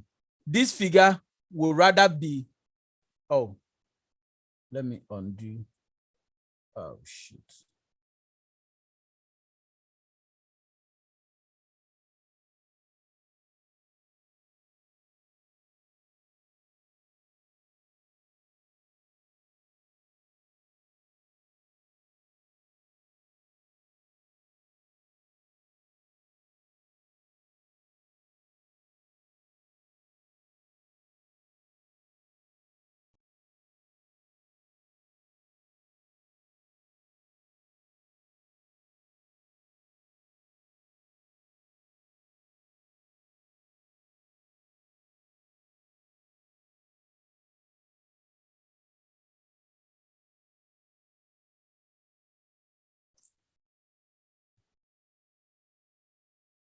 Please, is there any question so far?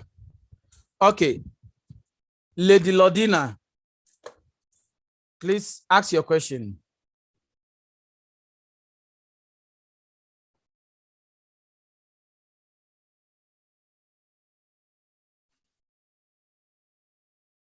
Hello, sir. Yes, lady. Yeah, please, I was asking if those of us that have the lighthouse global tree issue, we can access the video or the recording later on. Yes, I hope it should still be on my YouTube page when I'm done. Okay. All right. Thank you. But just that maybe there will not be more explanation on YouTube. Apart from if maybe you watch the YouTube and you're okay with the video, everything, that is fine. But that's all what right. I'm saying, so my phone goes off. Okay, okay. All right. Thank you. All right, thank you. Randall.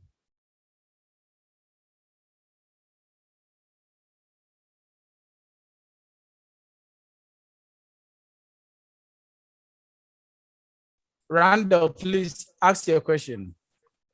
Yeah, sir. It wasn't a question by say. Hello, sir. Yeah, I'm listening. I'm listening. Yeah, I was saying that, the explanation is getting too much to those who are not paying attention, and the time is being wasted. So we should try and summarize it in a way so that we can move on fast. Okay, okay. Thank you. Thank you. I'll do that. Thank you.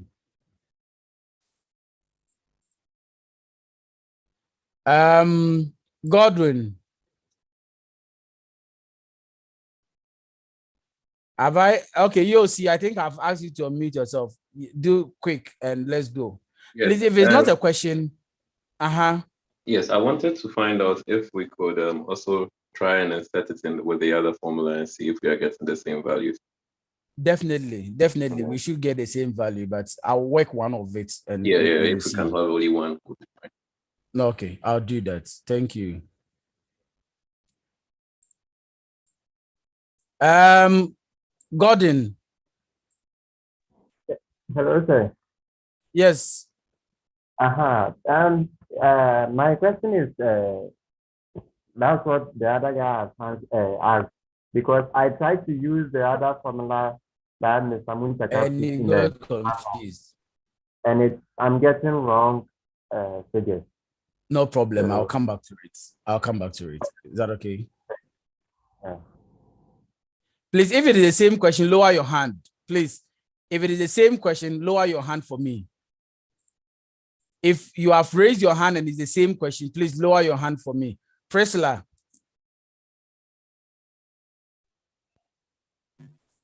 Hello, sir. Yes, I'm listening. You didn't complete your statement. Actually, you were saying something like, if you are dealing with something that cannot be measured in decimal, then you should. I don't know whether you are supposed to run it over. Okay, good. This question we worked here. Okay, assuming we were supposed to just calculate the forecasted value. Okay. Yes. And the final answer that we were supposed to calculate was for that of June. June was the final thing. Then with June, instead of making it 50.67, we would have run it down to, if it is something that cannot be measured in decimals, then we could have run it down to 51. Okay. If there was a question that demands that, we would have run it up to 51. Is that okay? Thank you. All right. Okay. Sarah, please, if I've answered your question, just lower your hand so that we can move on quick. 7 participants.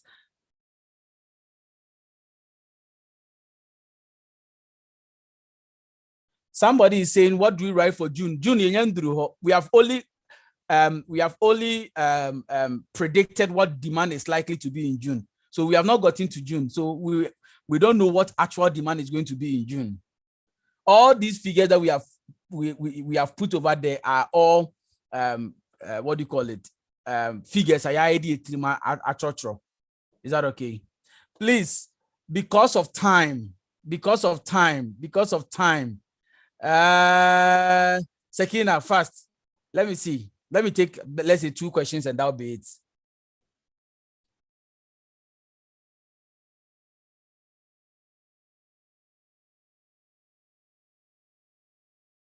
Sakina.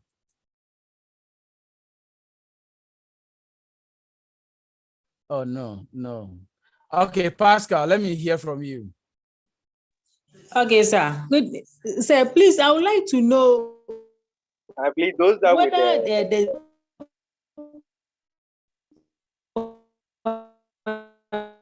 the 8 and then 0.2 Your will line, be your line given is to so you. bad.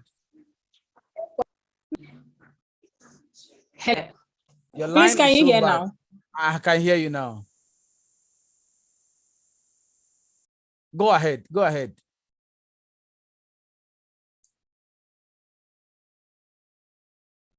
I think her network is so bad. Okay, so somebody requested that we try with one of the previous formulas, okay? The other formula. And see if we'll get the same answer. Okay, so let me quote the other formula. The other formula says that it's FT, that's the forecast value, is equal to the forecast for the previous value, the previous forecast, okay, plus the alpha value, okay, the alpha value plus the actual demand minus the actual demand for the previous month plus minus, sorry, minus 1 here, minus the forecast value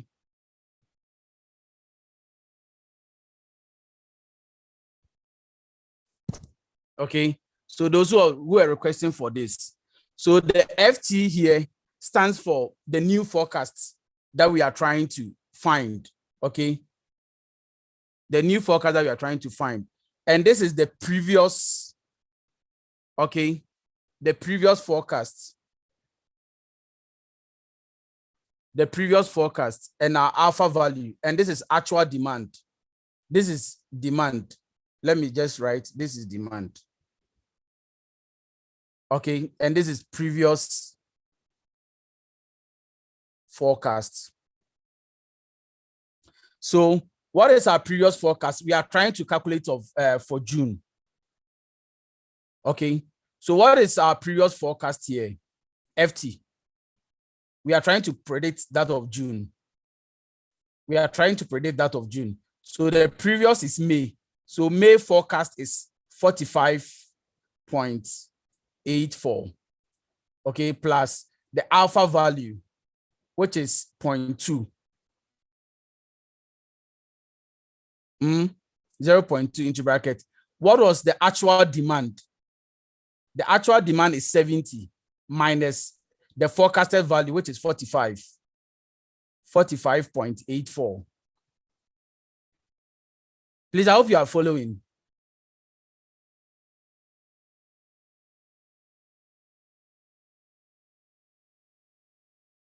This is 45. I don't know why sometimes I write and some of the writings goes off.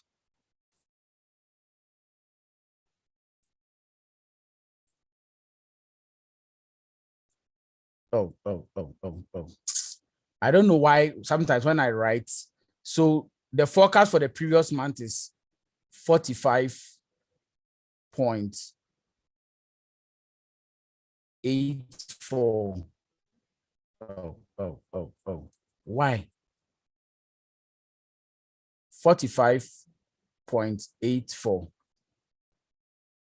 plus 0.2. So 45.84 plus 0.2 multiplied by this. So 0.2 into bracket 70 minus 45 points. I'm just, those, please don't be confused. I'm just trying to go over with the other formula for those who want to use it. 45.84, which gave us 24.16. Okay, so 24.16 multiplied by 0.2. Okay, so this gave us 4.832. 4.832 plus this.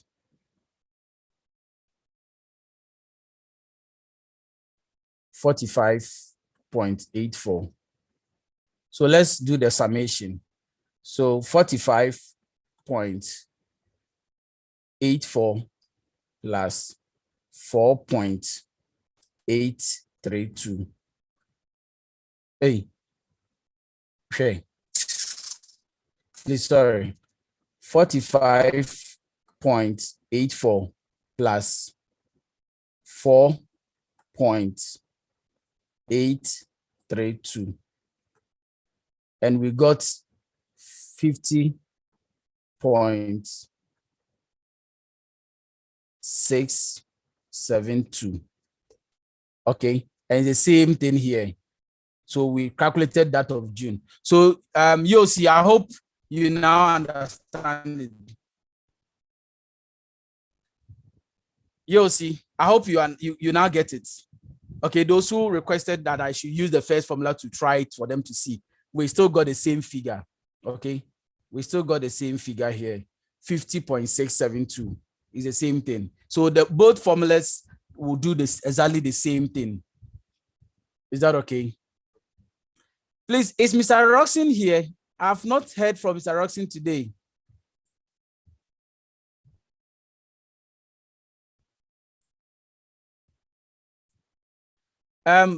BBO collection.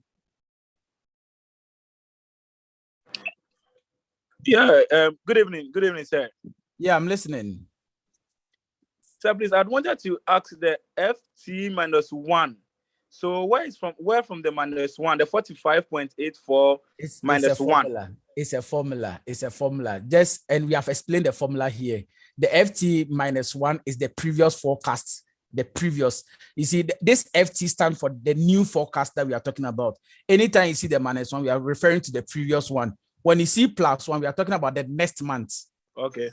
It's just the formula. Okay, it's just the formula. That is why. Okay, so you are not going to subtract. That is why. No, I'm not going to do any subtraction. No. The FT -1 is talking about. I lost over. Okay. On the way. Okay. That is why Yeah. I said from the beginning that let's stick with the second, the other formula. Okay. It is more understanding using the other formula than using this one. I know some of you will be confused. So that is why I asked us to stick with this particular formula. Is that okay?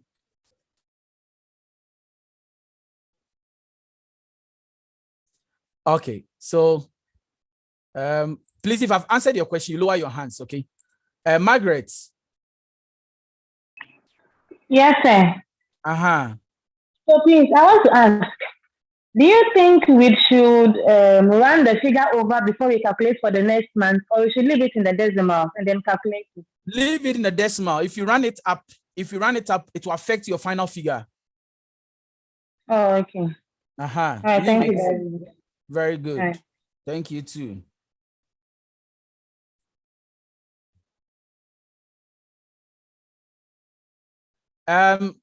Cation. Hello, sir. Good evening. Good evening.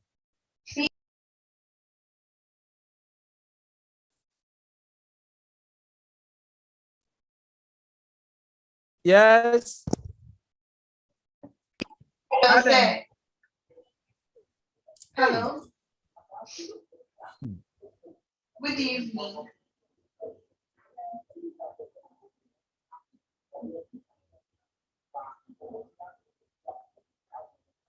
Hello, sir. Yes, Cation, please. Sorry, I was.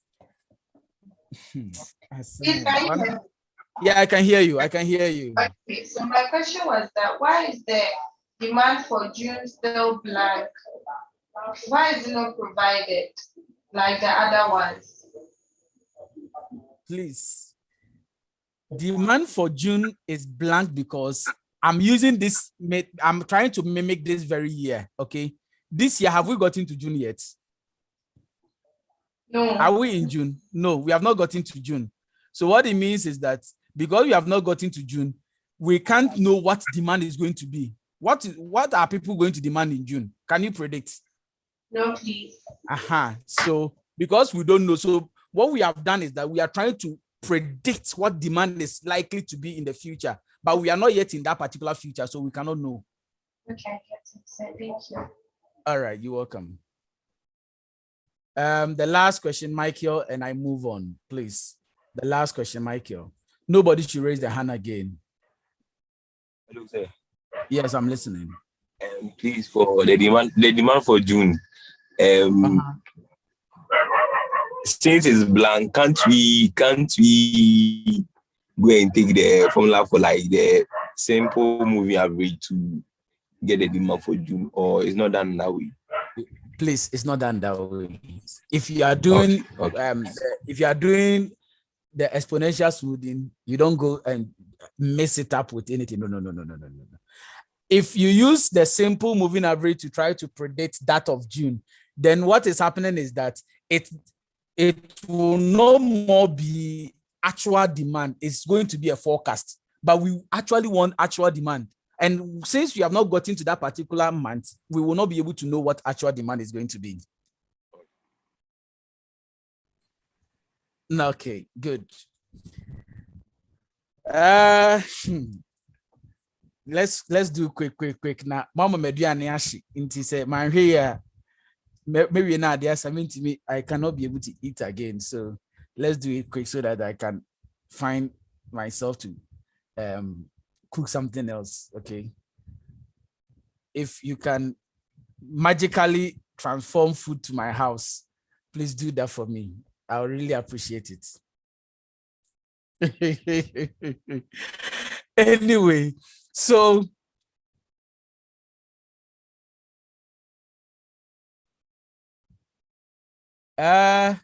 okay.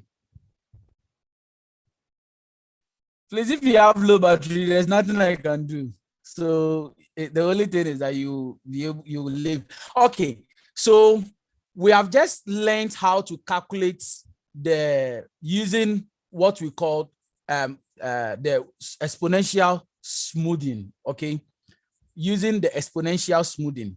Now we want to do the next thing we call the exponential smoothing with a trend, or the adjusted weighted the adjusted the adjusted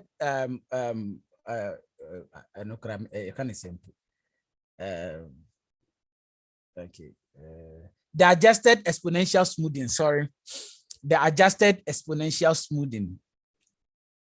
Okay, we are going to do what we call the adjusted exponential smoothing. The adjusted exponential smoothing. Now, or the exponential smoothing with a trend. What we just did,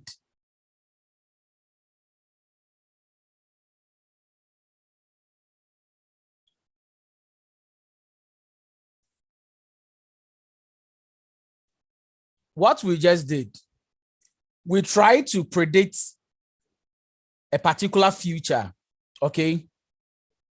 We tried to predict a particular future. Let me move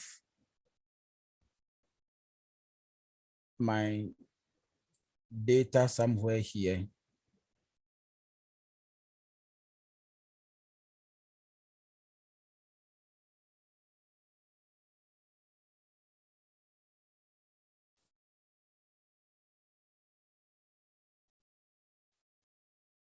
Oh shit.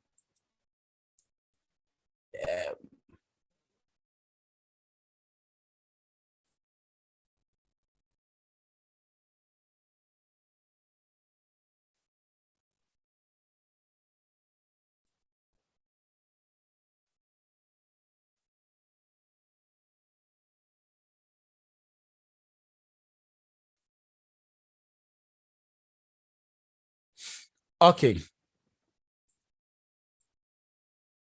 Good. Now, we want to do something we call the exponential smoothing. Okay, exponential smoothing with a trend. Now, when we talk about trend, we are talking about the movement of item. We can have an uptrend. When we draw a line, we can say this is an uptrend. Okay. We can say this is an uptrend. We can have a downtrend. Okay. When we draw a line through, or we can say a trend can be a consolidation. Okay. When they are in constants. Okay. So we are going to learn how to predict using what we call the trend line. Okay. We want to predict using the trend line. Okay. So to calculate for the trend line, we are going to use another formula, and all these formulas that I'm quoting, they are all in your books. So I'm not quoting it from a vacuum. Okay. I'm not quoting it from a vacuum. So the adjusted forecast, okay, for the next month is equal to the forecasted value, okay, the forecasted value plus the trend, the forecasted trend. Don't be confused. I will explain the formula. Okay, let me delete and rewrite it again.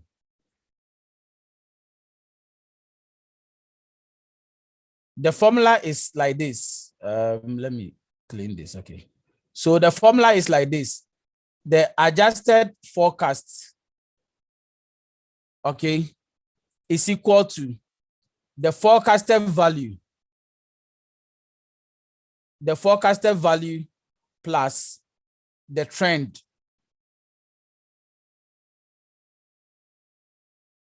The trend. Okay.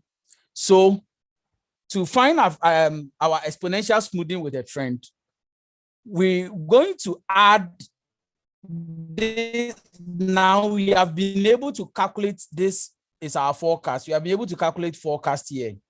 Now what is left is this trend. And to calculate trend is also calculated using this formula. Okay. So to find this particular trend,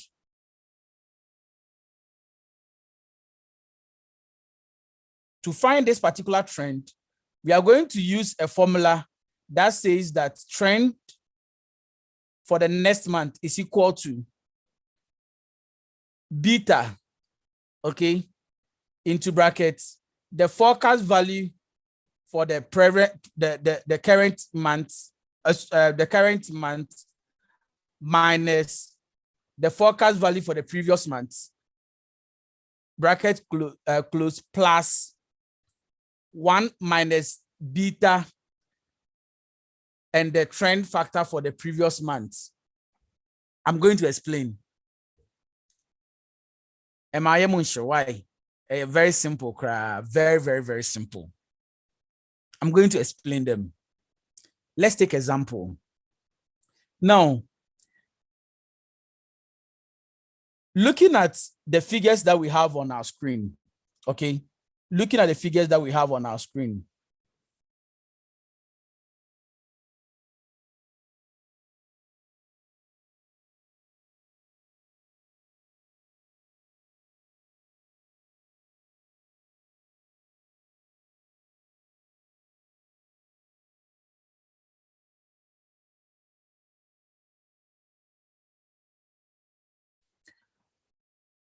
The formula says that to calculate for the adjusted, this is the formula. Let me put it on the screen so that you can see it.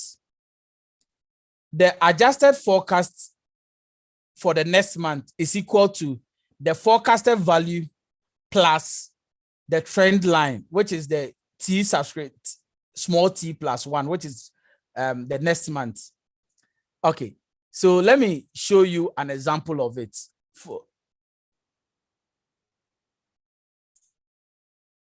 Somebody is saying, why is this all taken from the slides sent to you? Yes, they have been given to you in your course material. So if it is not in the slides, Please don't be confused. All these that I'm showing, I picked them from your book to add it to my slides.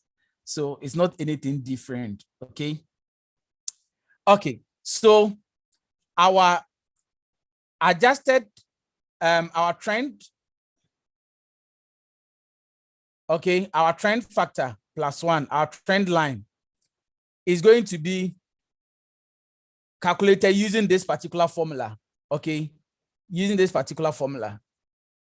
Now, let's take one example. Let's calculate for the first one. Okay.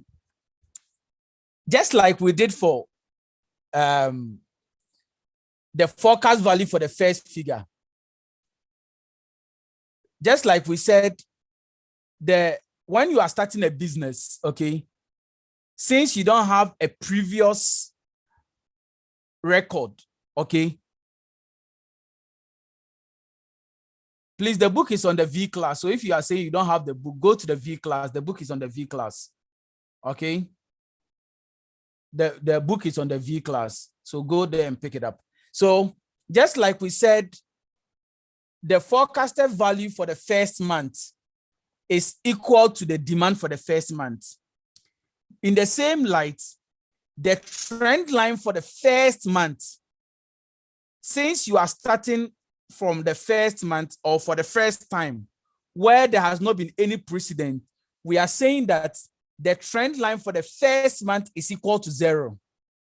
Okay, 0.00 or 0 is still the same thing. I'm repeating again.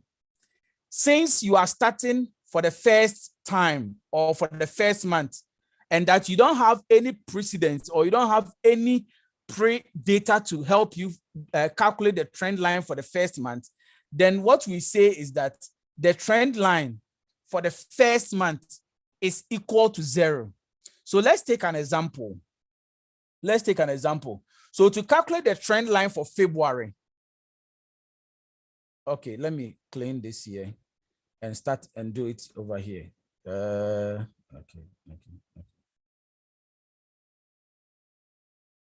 Let me do it here. So to calculate the trend line for February, okay, to calculate the trend line for February, the formula says that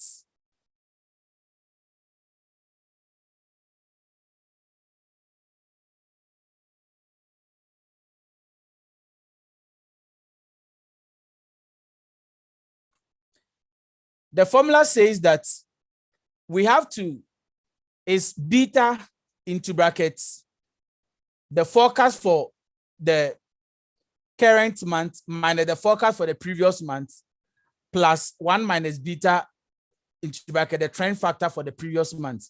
Now, just like the alpha value is always given, the beta value will also be given.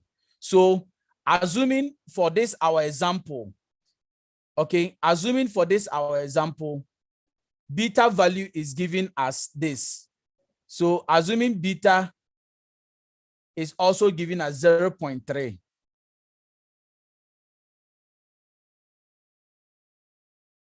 Assuming beta is also given as 0.3. So let's calculate that of February. Okay, so beta, which is 0.3, as I've stated over there, into bracket, the current forecast. So the current forecast is this one. So we are calculating that of February. Okay, so the February's current forecast is this. Okay, which is 40 minus the previous forecast. So this is +1, the current forecast, okay? And this is the previous forecast. So the previous forecast is 40 here. Plus 1 minus beta. And we know our beta value to be 0.3 or 0.30 is still the same thing. Then the trend factor for the previous month. So the previous month, which is 0.00, which is still 0. Please, do we understand? I'm taking it again. We have been given our beta value to be 0.3. And we are saying that the formula says the forecast for the current month. So this FT, okay, this FT, we are trying to calculate the trend line for February. So this is the trend factor for the current month. So this is current. And this is previous. And this is previous.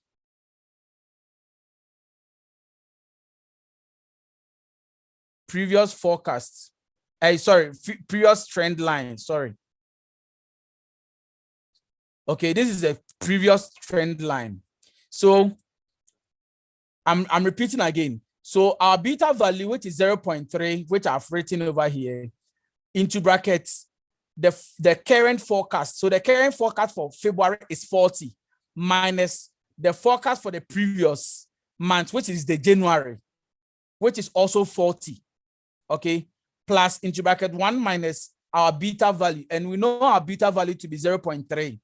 Bracket close. And our trend line for the previous month, which is January, which is we said is 0, because the first month we have not done anything. So the first month our trend line is 0. So we put 0 here. So it's going to be 0.3 into bracket 40 minus 40 is going to give us 0, plus 1 minus 0.3 is going to give us 0.7 multiplied by 0. So 0.3 multiplied by 0 will give us, this will give us 0 here, plus 0.7 multiplied by 0 will give us 0. So the same way, just like we did for the previous one, the forecast value, the trend line for the second month is also equal to the trend line for the first month. So this will also give us 0.00 or 0. It's still the same thing.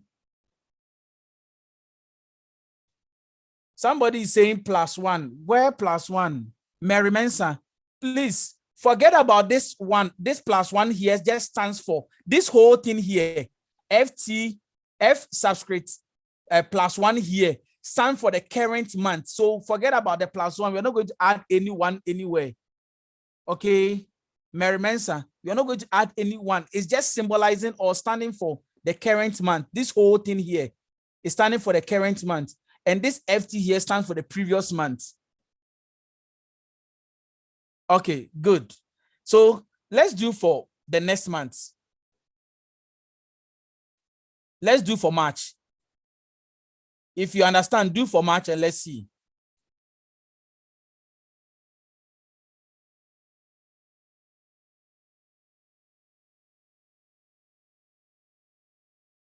So our current month for March, our forecast is 41 minus the previous month, which is 40. Okay, close, plus 1 minus 0.3. So this all over here is going to give us 0.7. Okay, I want to cut the whole thing short so that we'll be able to calculate through. Okay, and our previous forecast, a trend line, which is 0 here. Okay, so 0.70 multiplied by 0 is going to give us 0 here. This side will give us 0. Then 41 minus 40 will give us 1. Okay, and 0.3 multiplied by 1 will give us 0.3.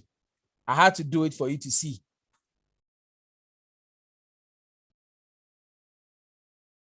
So our answer here is going to give us 0.3. So our trend line for the next month is going to be 0.30, 0.3 or 0.30.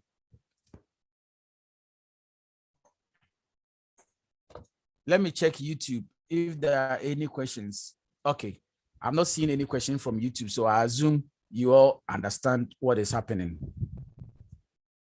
So if based on what we have done, if you understand it, please do the trend line for April for me. do the trend line for April for me.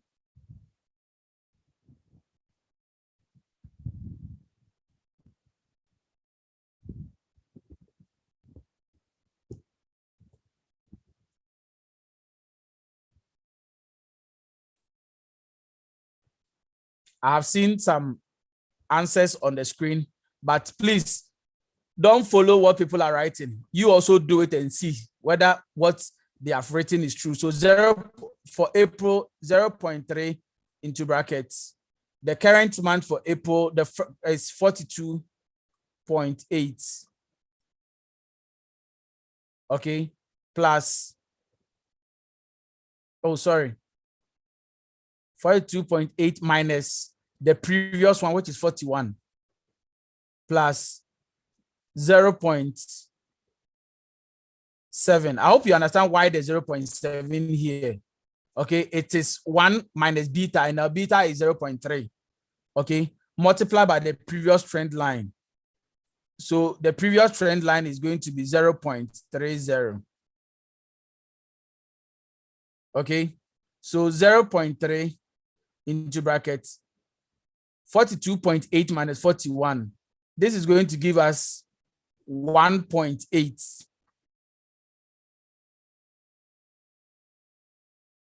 Plus 0.7 times 0.30. So 0.7 multiplied by 0.3. This will give us 0.21 here.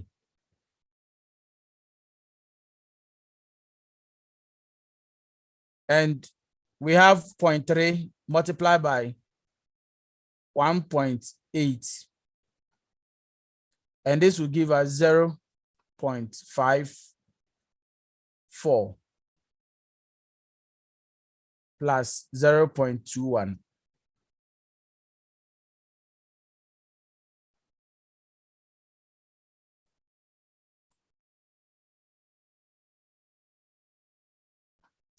$0.75.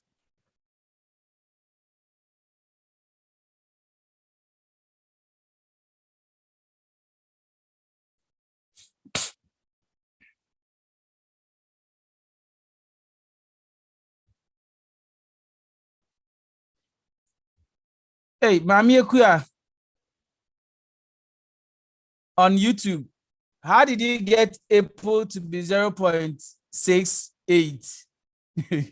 Please check your calculation very well, though. Check your calculation very, very, very, very well.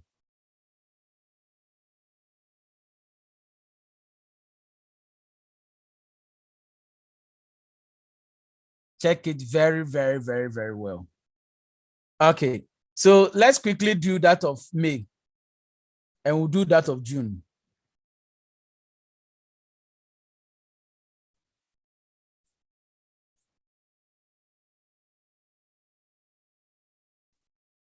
So May will be 0.3 into brackets. 45.84 minus 42.8 plus 0.7. Then the trend factor for the what we just calculated, 0.75. So May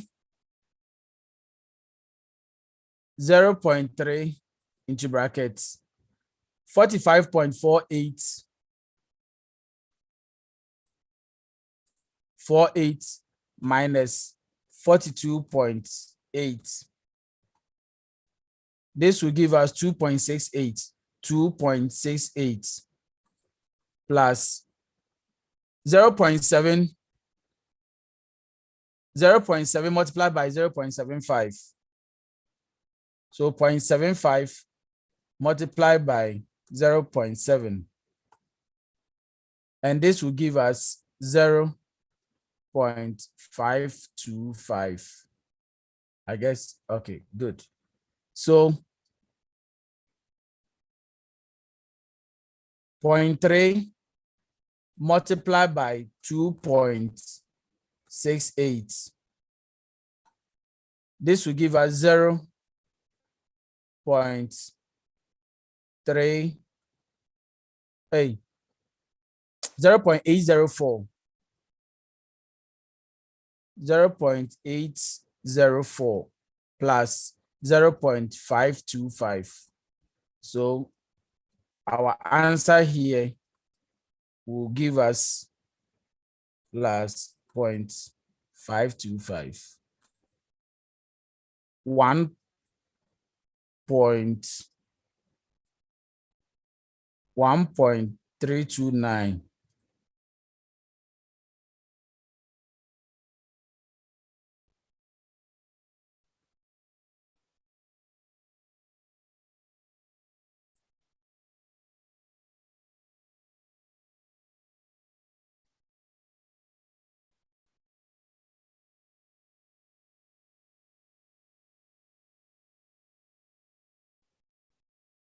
Or we can run it up to 2 decimal places.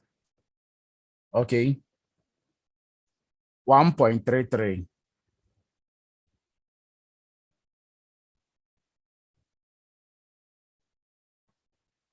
Am I wrong? Please, somebody said I should recalculate. May, am I wrong?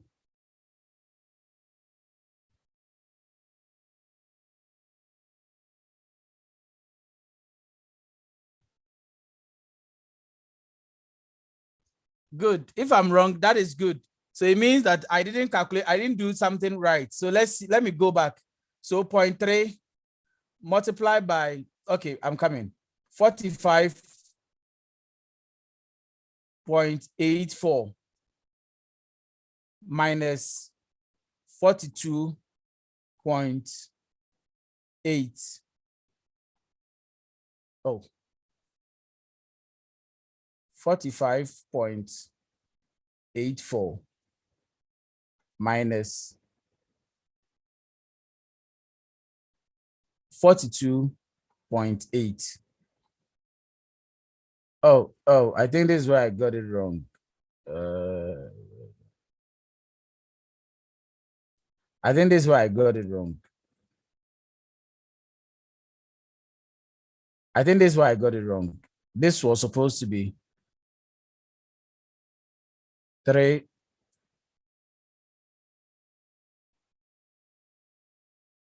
3.04.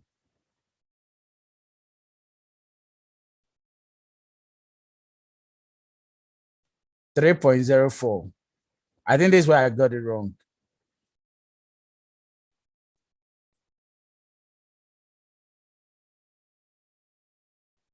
So 0.3 multiplied by 3.04. This was supposed to be 0.912 plus 0.525. So this was 1.437.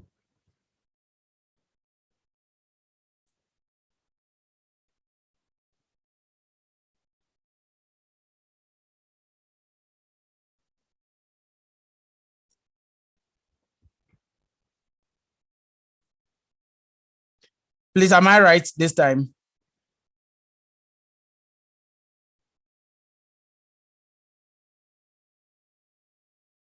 Okay, good. So it means you are getting the point. Yes, it means you are getting the point. So you are with me now, and the understanding is coming in gradually. I'm going to charge all of you 200 cities, all of you, for understanding. I'm going to charge you for understanding it. I was supposed to confuse you, but I'm going to charge you for understanding it.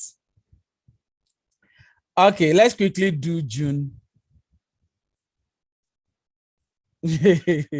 Somebody say, hey, say, now school fees no cry, say. Anyway, this is my little contribution that I can give to the class. Is that okay? Doctor say we pay. Hey, doctor, you have money. Oh. Anyway, so let's do that of June quickly, and we'll just do the total and we go. So June is supposed to be 0.3 multiplied by 50.67 minus 45.84 into plus 0.7 1.44. Okay, so 50.67 minus 45.84. So this will give us 4.83. 4.83.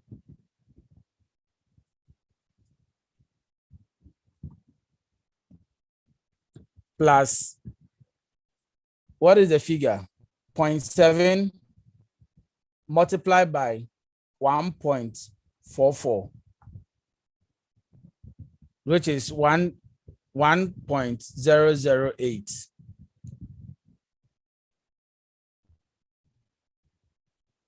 Okay, so 0.3 multiplied by 4.83. 1.449 plus 1.008. So what is the figure?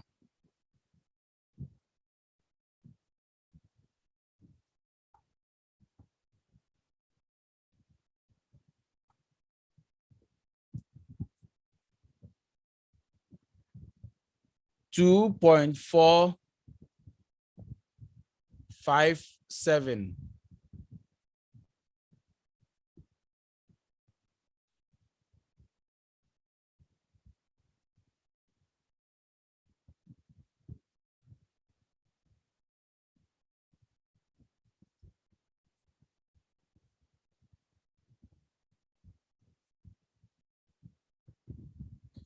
We are running it up to 2 decimal places.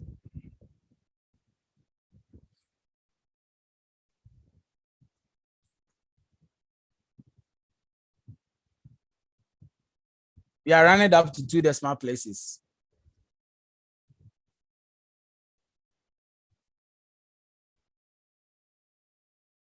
Somebody is saying, sir, please, why beta is 0.7 instead of 0.3? Please, the formula says it's 1 minus beta, 1 minus beta. And we know our beta to be 0.3. So 1 minus 0.3 will give us 0.7. That is why I said to make it easier for us to go quick. That's why I don't want to repeat 1 minus 1 minus 1 minus. Is that okay? iPhone. Maybe a Mensa. I hope you understand now. Okay, good. So we have been able to calculate that of June. Okay. And if you did it yourself, give yourself a thumbs up for me. Pat yourself in your back at the back and say, I've also done it. But if you are still wandering on the wilderness, then I don't know what else you need. Maybe you need a name sticker. Anyway, that was just a joke. Okay. All right. So let me draw a line here. I feel you know.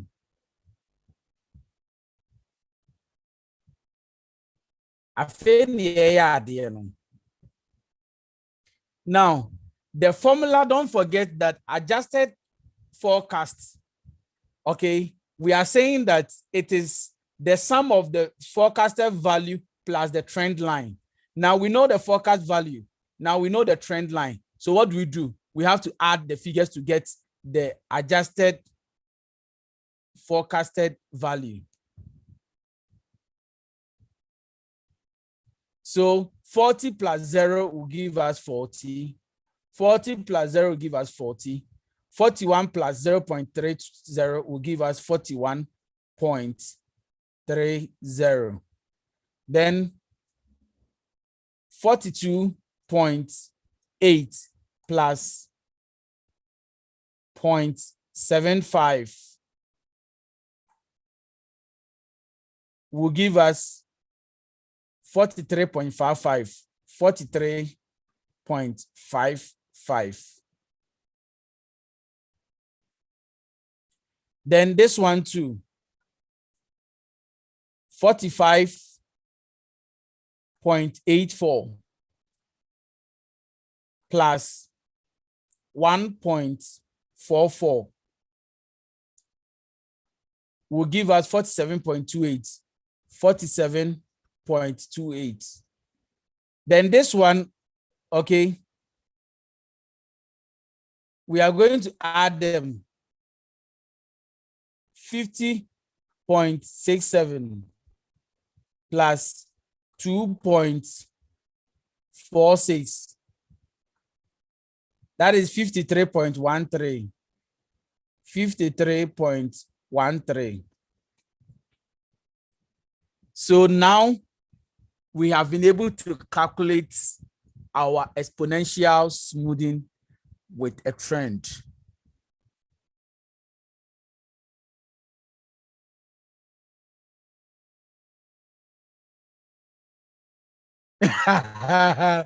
Yes, he said, please tell us we are done. I wish I can comfortably say that. I wish I can comfortably say that, but quite unfortunately, we are not.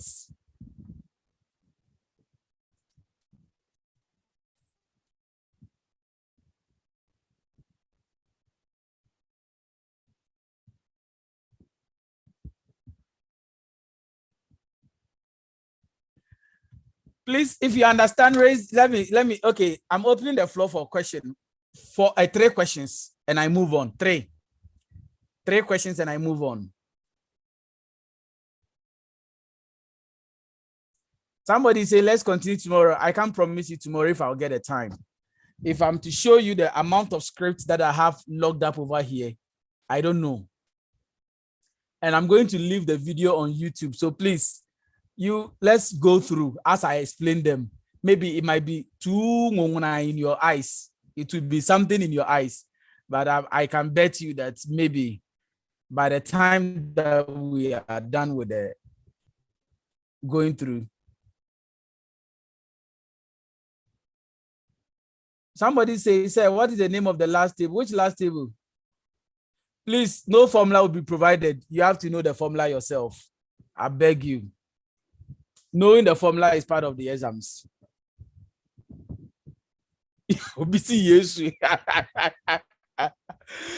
Ivy. Yes, do not mention the name of your God in vain. Oh. Don't mention the name of the Lord your God in vain. Oh. Yes, Assembia my Angela. Assembia my. Okay, so the AFT, somebody said go over the AFT.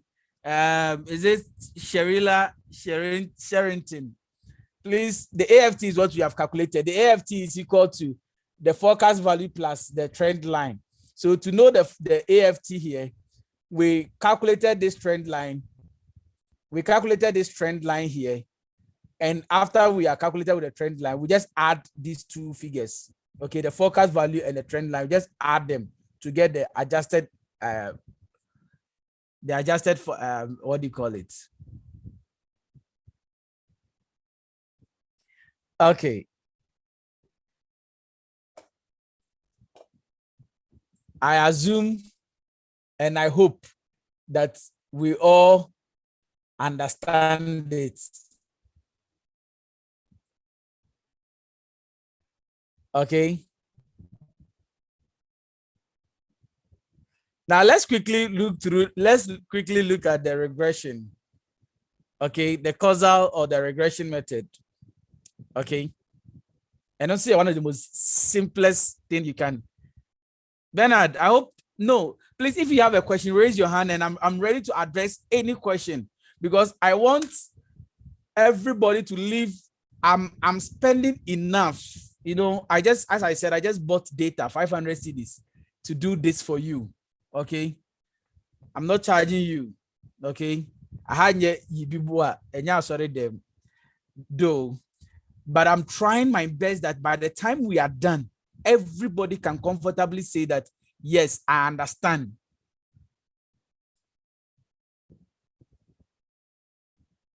So let me show you something. This is how the question can be framed, okay? In examination, this is how the question can be framed. Somebody say, doctor will search you. I beg you, this has nothing to do with doctor. We will close when you think you are tired to leave. If you want to leave, you have closed. Somebody says, sir, send me your mobile number. Let me bless you. Wow, that's interesting. Let's go ahead and see.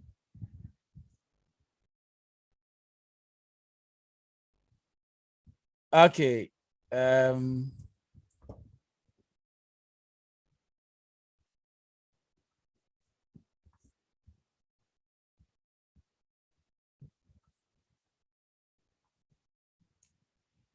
Okay, so this is how the question can be framed. Okay. This is how the question can be framed. You'll be given a table like this. Okay. You'll be given a table like this, and the periods will be specified. Let's say January. I'm always using months. It can be weeks. It can be anything. I beg. I'm not asking anybody to force himself to do anything. Somebody just asked and I gave it out. Okay. All right. So the periods can be given and the demand can be given. Okay. So January, February, March, April. A question can be given this way. And let's say the figure, this is 60, 45, 80. And you will be asked to calculate the adjusted exponential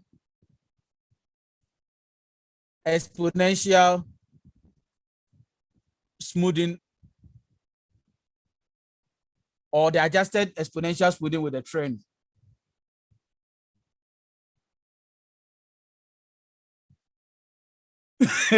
Somebody saying if forecast is always wrong, then why are we doing it? Let's do something that is correct, and it will be wrong too. See, whatever we are trying to do,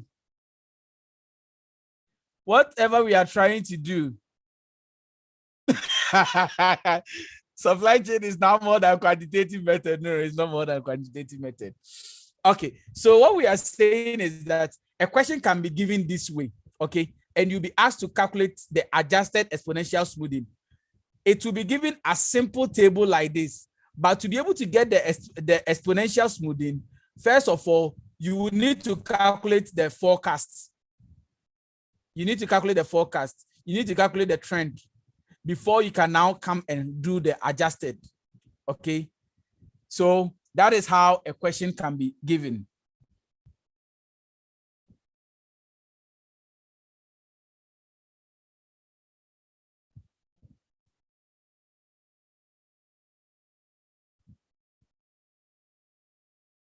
My name is my name.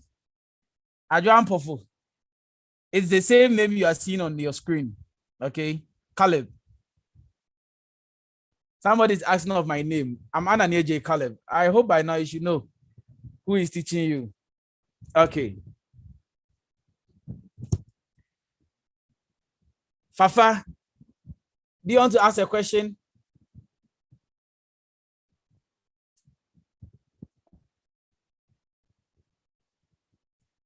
Let me say this, okay? when I was teaching you during this weekend, you know, I wasn't using this headset. I wasn't using this headset. I wasn't using this headset. I just bought this headset this today, okay, purposely for this class. And I bought this writing pad. That is why I'm able to write on the screen. I just went to town today to get all these things just because I just want to do something that all of you will be able to feel or understand all these things. So it's a full sacrifice that I'm doing for all of you. Your understanding of the course and being able to pass this course is my happiness. Okay, so yours, all that you are supposed to do is understand it for me, and that is my happiness. Okay, and that is my happiness, because my laptop that I was supposed to use, it's quite slow, so I felt I should be using my desktop. And with my desktop, I don't have a webcam, so I'm using my iPhone as my webcam. Let me switch to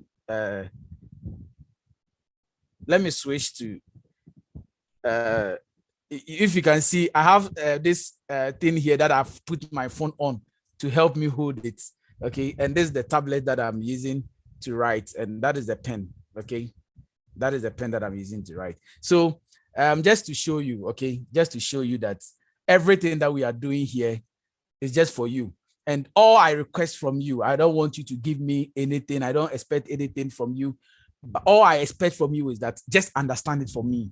And even if I have to spend up to 12 a.m. for all of you to understand it, I'm ready to do that.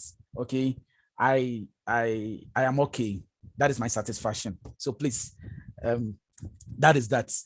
Okay, now let's quickly do regression. Okay, and I think I'll leave it at the regression. The forecast error, probably, if let's see, you a time on call and I explain, I will explain without doing it.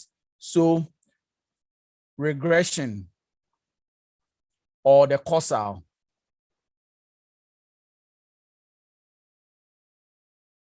Okay, the regression or the causal method, the causal or the regression methods.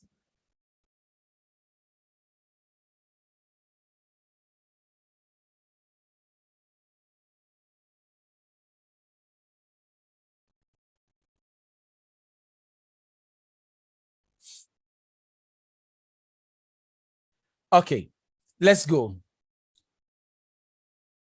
The regression or the causal method. Okay, now the regression is calculated using a formula which says the y bar is equal to a plus bx. Okay, a plus bx. The y hat, the y hat or the forecast.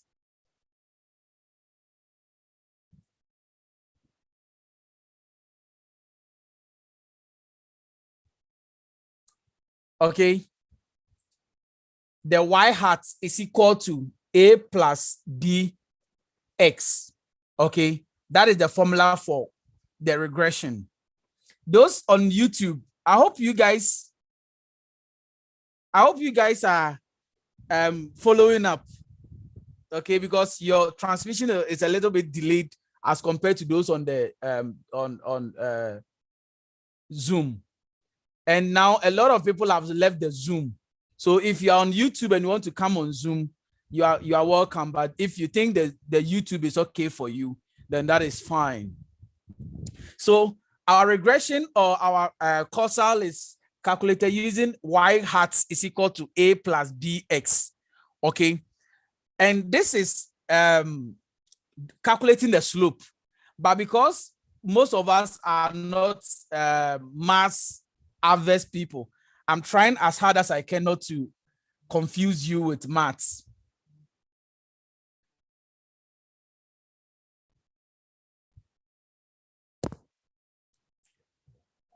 Yes, madam.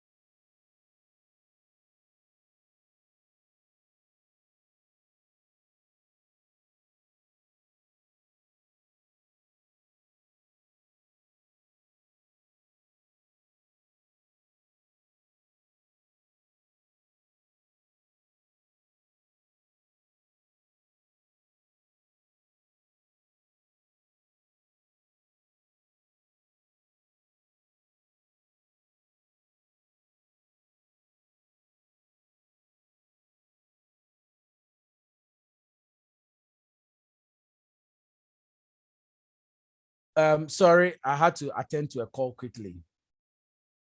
Menyirai, Derek. Menyirai. Okay, so I'm saying that I don't want to go the math way.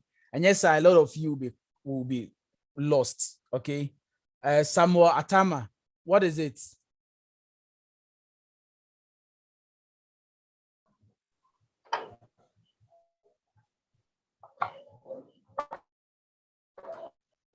Sammy, I'm listening.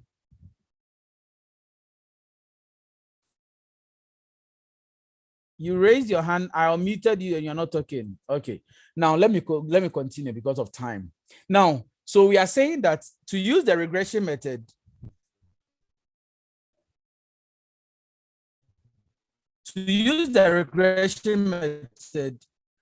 we are using a formula that says that y hat is equal to plus bx.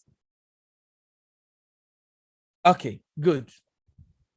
Now, how do we calculate the A and how do we calculate the B?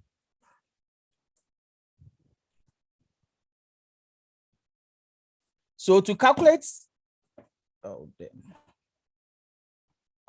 so to calculate the A, now look at my screen. So to calculate A, we will use a formula that says A is equal to y bar. A is equal to y bar minus bx. And to calculate B, we are going to use this formula. The summation of xy minus n multiplied by x bar, y bar, all over the summation of x squared minus n x bar square. Somebody say, yeah, whoa.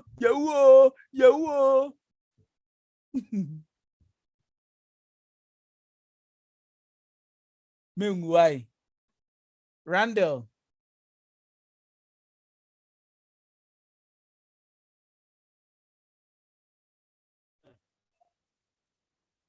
Hello? Randall, I'm listening. So I think the x and y, they are mean of x and mean of y. Don't worry. Yeah, about hunting. Oh, dear, what's your chintam? Yeah, but why? Okay, good.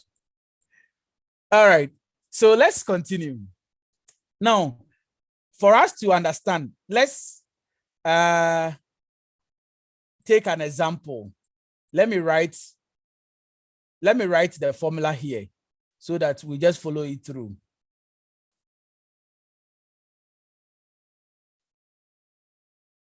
Let me write the formula here.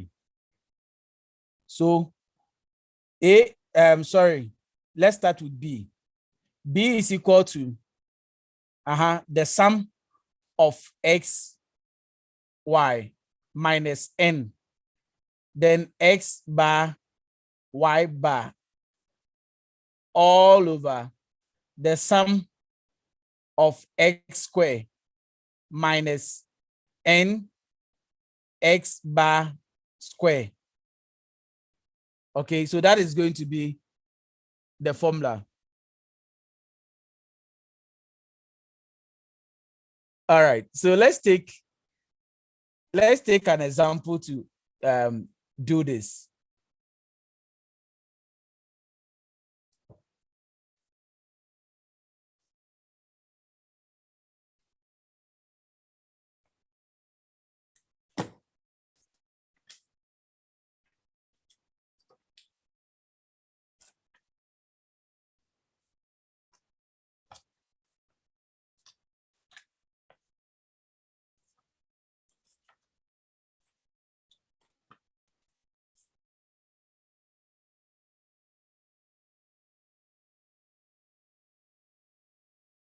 Okay, so A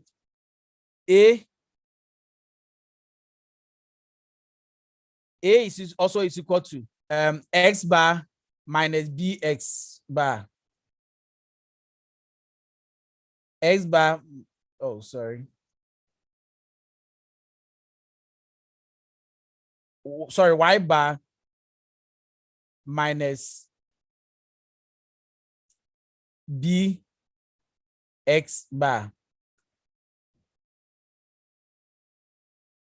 Okay, so this is going to be the formula that we are going to use. Okay, this is going to be the formula that we are going to use. So let me quickly move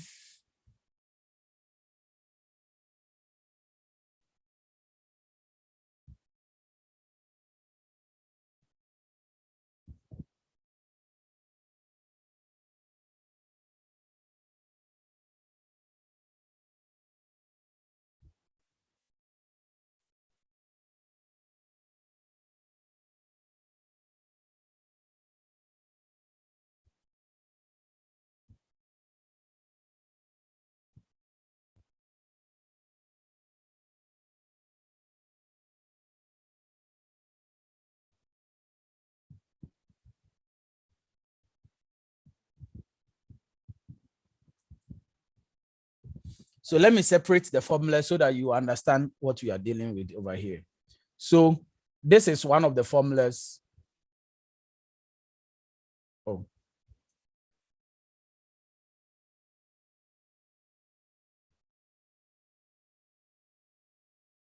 This is one, and this is one.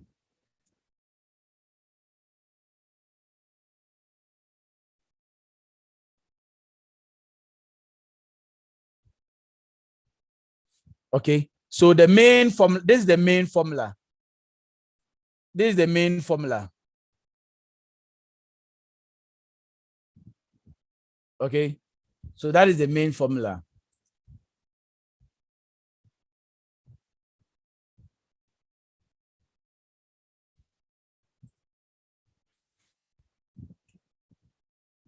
All right. Now, let's take an example.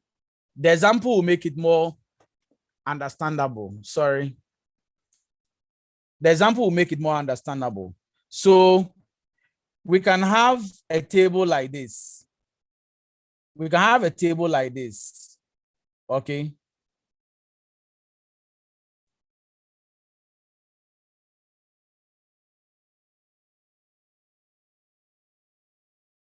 I'll try as much as possible to limit the number of items so that MIMRE. Okay. So this can be the months. And this can be the demand. So this is going to be our X. Okay. And this is going to be our Y. So we have the first month, the second month, the third month, the fourth month, and the fifth month.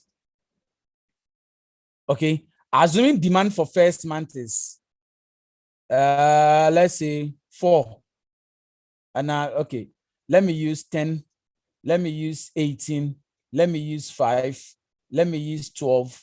Let me use 7. All these figures I'm calculating may just conjectural. Akoli, Prosper, you've raised your hand. You've raised your hand. Please talk to me. Prosper Akoli, please talk to me. Hello, Okay. sir. Please, can you swap the screen so that we can see what you are writing? Swap which screen? See, your screen is the one we are watching right now. The one we are supposed to see and write what you are seeing, what you are writing. It's actually smaller than the camera itself, so you can't see very well. Wow. Yeah. Is it okay now? No, please. I don't get it. I don't get it. When you don't say get it. Watching you is rather bigger than. Then you have tapped. You have tapped. So you tap on the what do you call it? what do you call it, on your phone? Are you doing it on your phone? Yes. So tap on the screen on your phone, where my screen is supposed to be. You tap it, it will switch it back.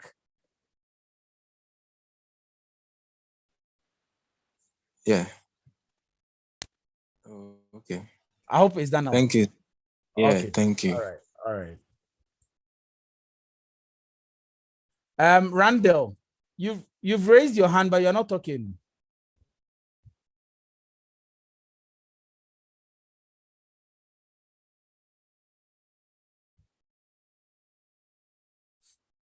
Okay.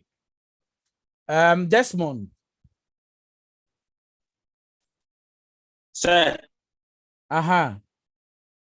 Sir, it's like I'm much confused because why didn't we use, when we started the moving average, the table, because that's what doctor used, so we got to the regression and also the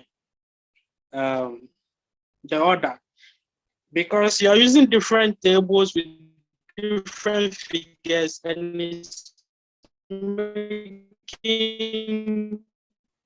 let me talk to myself. It's making it confusing. I thought we were going to use the same progress from moving to I'm a bit lost because of the Desmond, please look at different something here. contractual numbers and all that. That's all. Look at something here. Look at something here. Look at how my tables look congested. Okay. If I'm supposed to continue with the same table, what do you think will happen? Help me out. I can come here. I can come here. Okay. I can come here. That's one. I hope you can hear me. Yes, sir. What I mean is that why are we not using the same figures? Demand that we are having. Yes, that is what if I'm saying. If I use months, calculating the mean and other things is going to be quite confusing for people to follow up. That is why I'm trying to use simple things that will make it very easier. You see, not all of us are mathematically good, okay? So I'm trying to make it in such a way that the least person will be able to catch up. Sir, thank you very much. Okay, thank you too. All right, so let me go back to this table. So we want to calculate we want to use the regression method to calculate for demand. So the Y bar, the Y hat that you see over here is the actual demand we want to look for. Okay. The actual demand that we are trying to predict. Andrew Cheakoto, PhD in Confucian Studies. Anyway, I hope I'm not confusing anybody. Now, the Y hat here is the demand that we are trying to calculate. The actual demand that we are trying to calculate. And to calculate actual demand, we have to add the trend, the slope of A and the B, and with this X. But how do we know this A value? And how do we know this B value? We can know the A value and the B value when we use the formula for the two.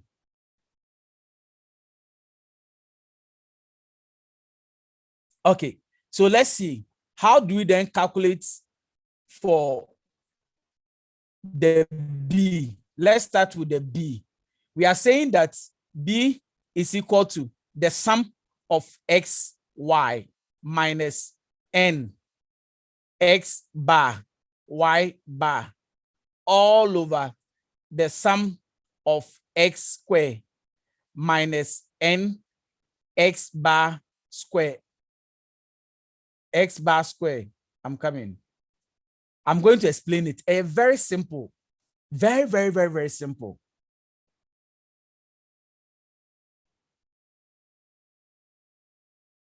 Okay, Andres, I now understand.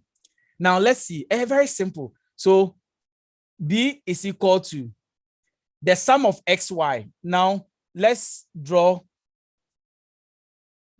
a new table, a new column. And let's call it XY. Okay.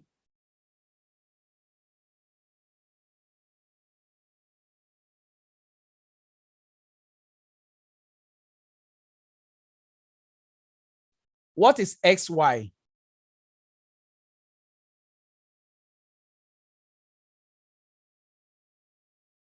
So X multiplied by Y here. Okay. This is X and Y. So we need to multiply it. So 10 multiplied by 1 is 10. 18 multiplied by 2 is 36. 5 multiplied by 3 will give us 15. Then 4 multiplied by 12 will be what? 12 times 4, 48. Then 5 multiplied by 7 will be 35. Any question?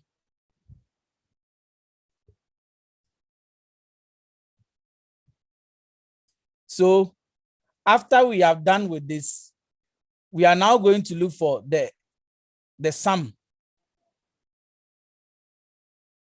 of XY. So we need to add all these together. So the sum of XY is equal to 10 plus 36 plus 15 plus 48 plus 35.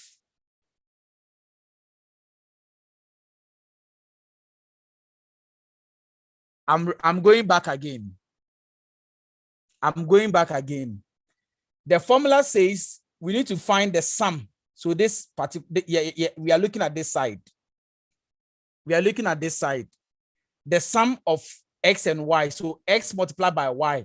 So to find X multiplied by Y, it is X here, which is 1, and Y here, which is 10. So 1 multiplied by 10 is 10.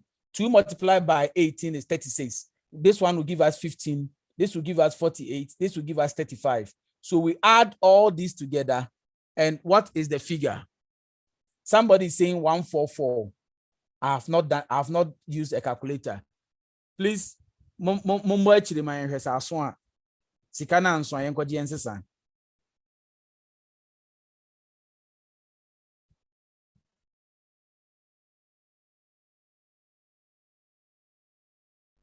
the initial table, our X will be the month: January, February, March, April, May, June. So instead of January, it's going to be the first month. February is going to be the second month, on and on and on like that. Okay. That is why I want us to use figures. That is why I have to draw a new table to symbolize what we actually need. So we have been able to replace this side. We have been able to replace this side. So we are saying this side is 144. Is that okay? Formula in the wahano. Formula in the wahano.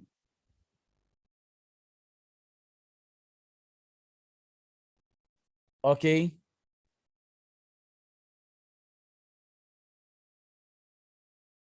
Now, the N over here is the number of periods that we are dealing with. How many periods? 1, 2, 3, 4, 5. So the number of periods over here is 5.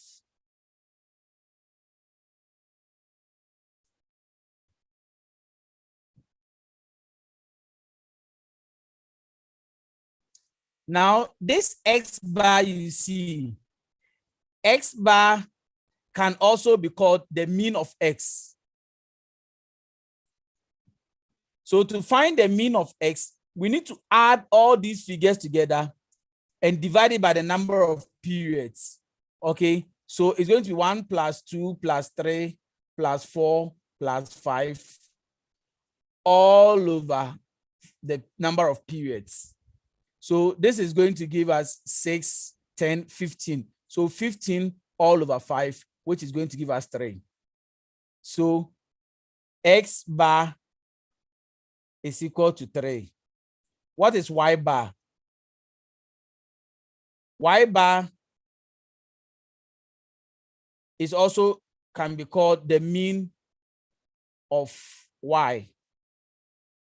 Okay, so that one can also be calculated by adding all y figures together. So that will be 10 plus 18 plus 5 plus 12 plus 7. What is the figure? So y bar, people are telling me y bar is equal to 10.4 all over this one, all over number of p, which is 5. So 10 plus 18 plus 5 plus 12 plus 7 all over 5. Okay, so 10.4. Please, have you all cross-checked? Have you all cross-checked? And are we all getting the same figure? Have we all cross-checked and are we all getting the same figure? Gifty, good, good, good, good. I think I like it. I like it. Okay, so I can now easily clear what is over here.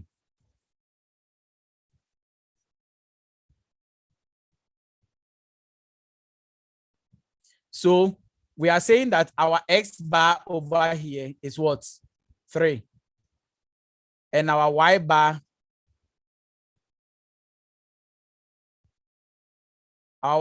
is also 10.4. Now, we want x squared, the sum of x squared.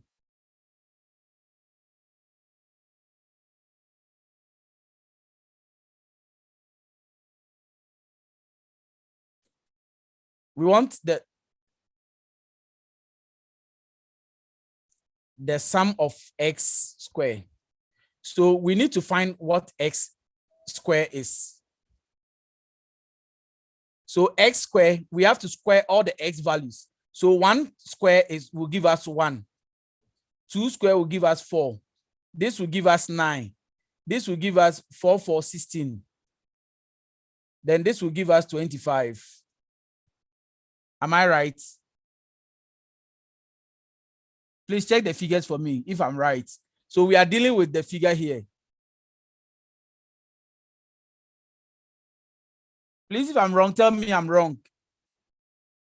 So the sum of x squared. So let's sum all of them together. What do you get?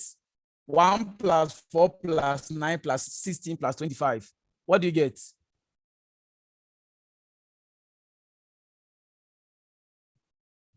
Everybody is saying 55. So I assume it's 55. Because of time, I can't be calculating it myself here. I can't be using a calculator here. So I'm depending on your expert opinion. Now, minus n, we know n to be what? 5.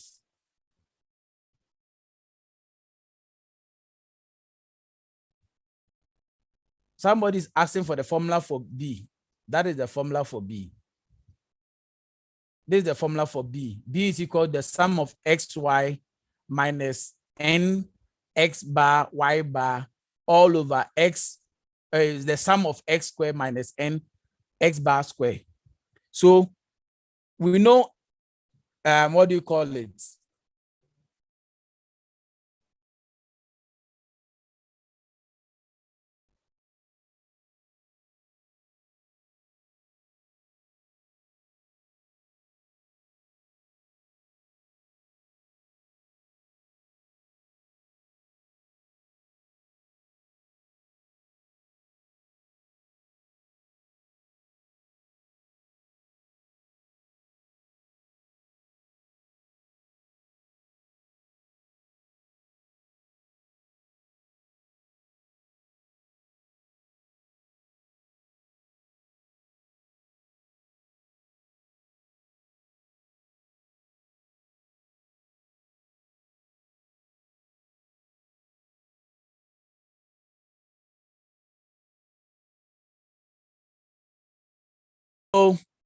x bar square. We know x bar.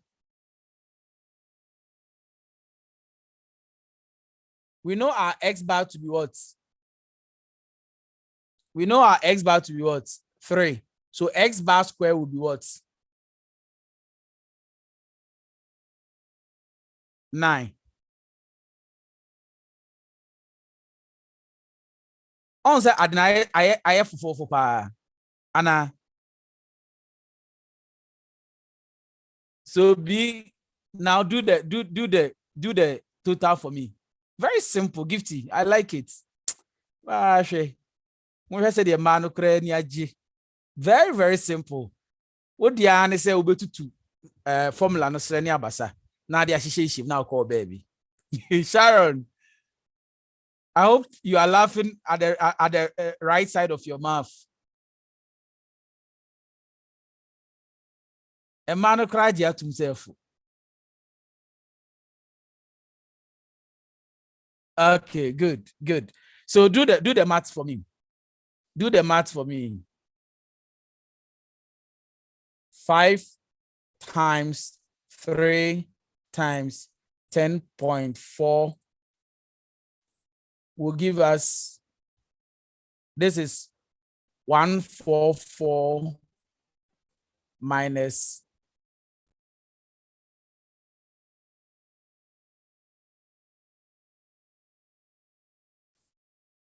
156. 156 all over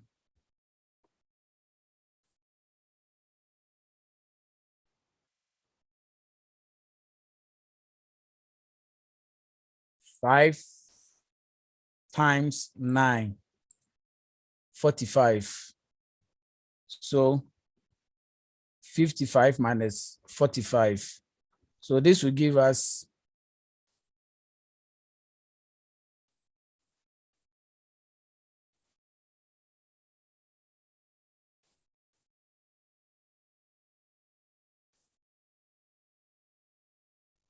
minus 12 over 10.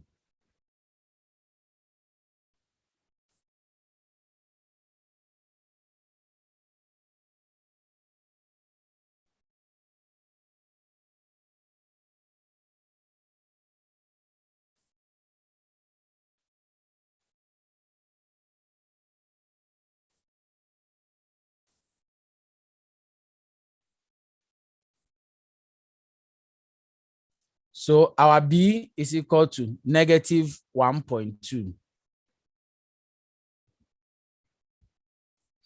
So we know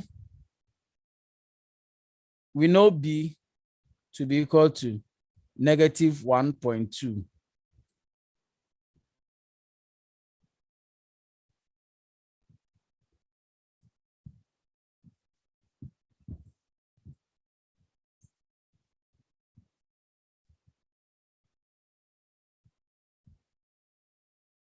So this is the B value. And to calculate A is equal to Y bar minus B X bar.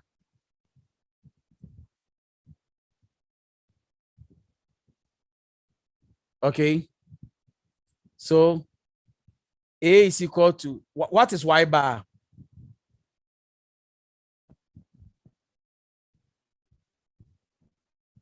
What is Y bar?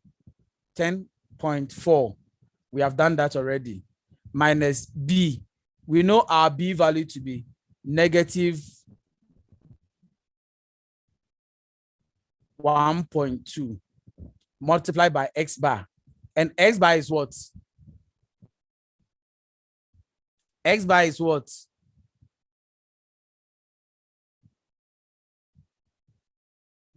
Three. So 0.4 minus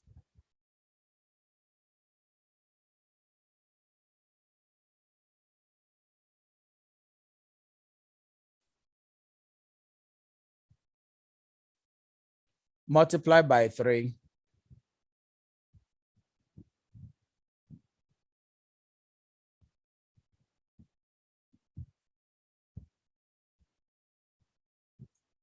What would be your answer?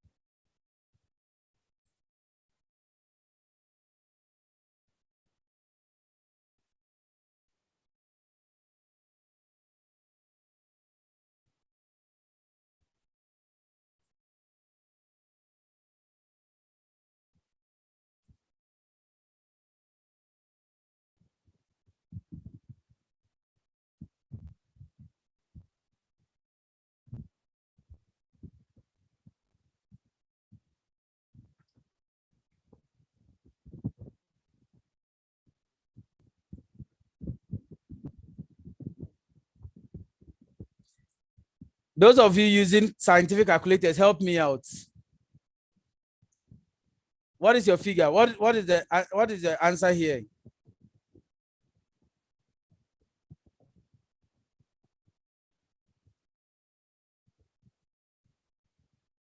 Some are saying 4. Some are saying 14.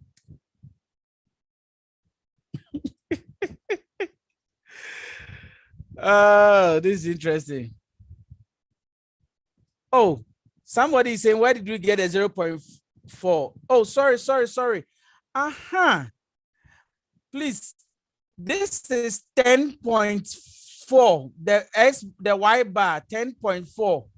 Please. Bemakan, I don't know why. Sometimes when I write, it gives me problem. So the Y bar here is 10.4. Okay.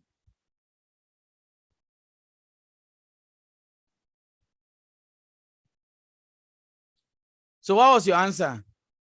Everybody is saying 14. So this will turn into a positive, right?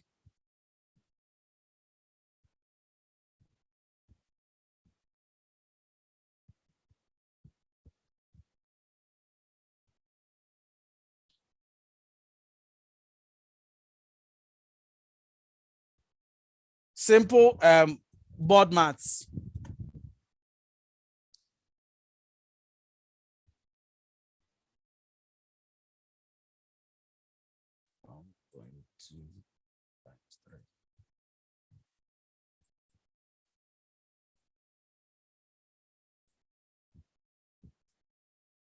Okay.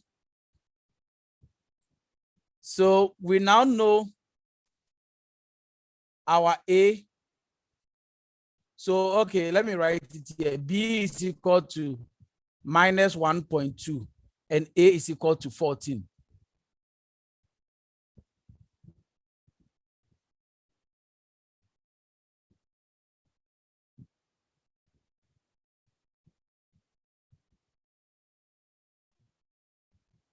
Okay.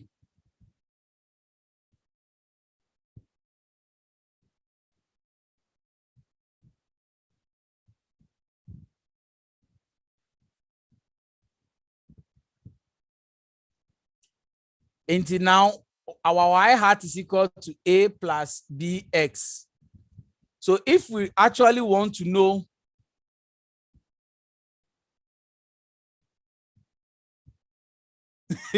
and yes, that is the problem. Oh, how to get the formula to the examination room?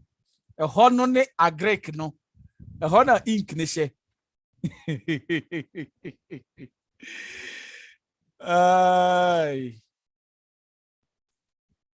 Okay, now it's almost 10. I want to end up by 10 o'clock. I don't think I'll be able to do the regression. I'm sorry, the forecast error, but I have an announcement for all of you. So you let me finish up and I'll give the announcement. I have an announcement. So when I'm done, I'll give the announcement. Okay. So to find demand, anytime we want to find demand, y, which is y bar, anytime we want to find demand, which is y bar, is equal to A plus BX. Now we know A to be 14, plus we know B to be negative 1.2. Now, what is this X here? The X here stands for the period, okay? So if we want to find demand for the first month, we just have to put X1. So 14 plus 0.2 will be what? 1.2, negative 1.2.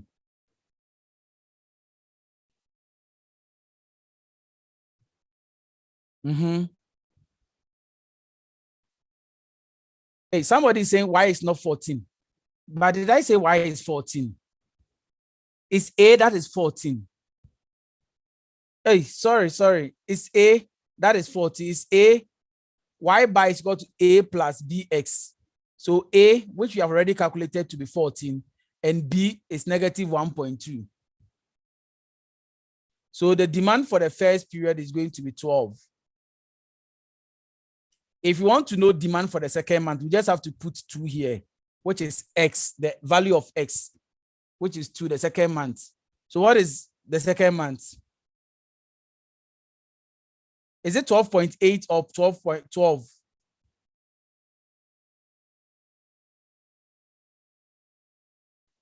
Hey, Momoami, for the first month, if we put 1 here, what will be the figure? 12.8. Okay, everybody's saying 12.8. I've not done it yet, so I hope you know what you are doing.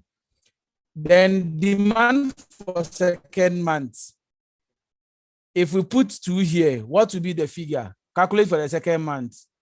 Beatrice is saying 11.6. Is she right? 11.6. So third month.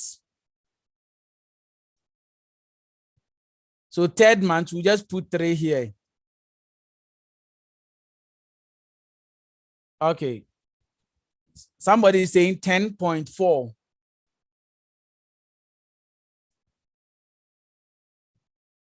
And the fourth month.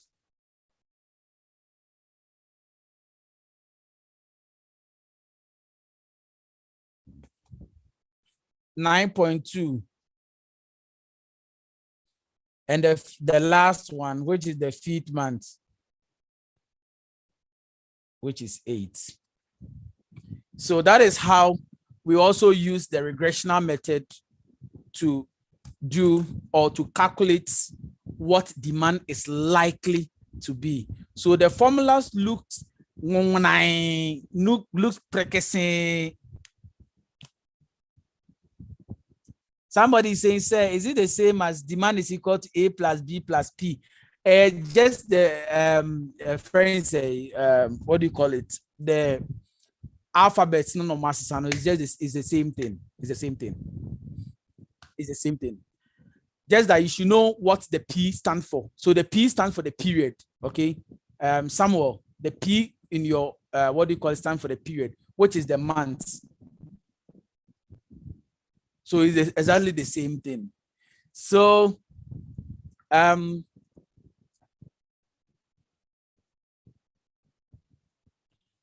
many people do I? Okay, 33 still on YouTube, and over here I have 220. Wow, about 80 people have left the Zoom class. Forever they are, that is up to them. I don't know. So this is where I think the confusion and the others. So if you have any question, you can raise your hand and I'll bring you on board to ask your question.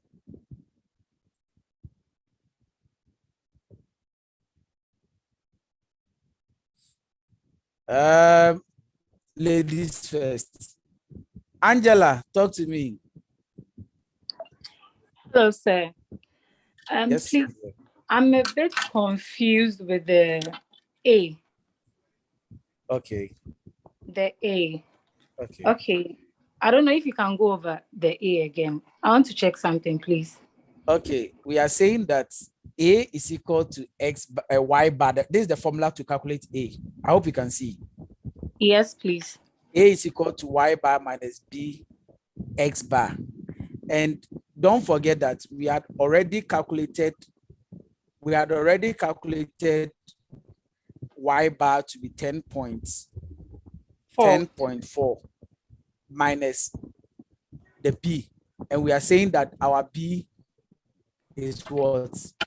Negative Minus 1.2. 1.2. Then Yes. multiply by x bar. We know our x bar to be 3. Yes. So that is what we did and added together to get the 14. I don't know, but you got 14 or so 1.4, but when I calculated with my calculator, I was getting a different answer, so I'm confused. What answer did you get? I got 46.4, and I also saw it in the chat. I saw someone also writing 46.4 in the chat, so I was confused. Me pacho mama ye hwade wa Hawaii. Me pacho mumbo me why. 10.4 minus 10.4 minus into bracket 1 negative 1.2 then 3 it's here. Okay, say it's okay. Pause. Okay. I've seen where my mistake is. The negative 1.2. I did a negative. Oh, sorry. I've seen where my mistake is. Sorry. Thank you. Bye. Thank you. Okay, bye, Angela. Good. I think I'm happy you understand. iPhone. Which of you should I allow you? All of you are iPhone. Okay, iPhone number 1. Talk to me.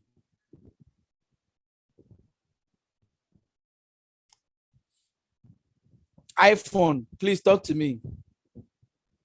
Adiason, I'm going to be in Adiason. Why? Maybe I'm going to be.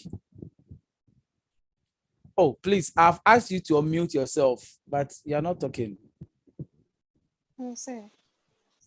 I'm lost. I didn't understand anything. Anything concerning which one?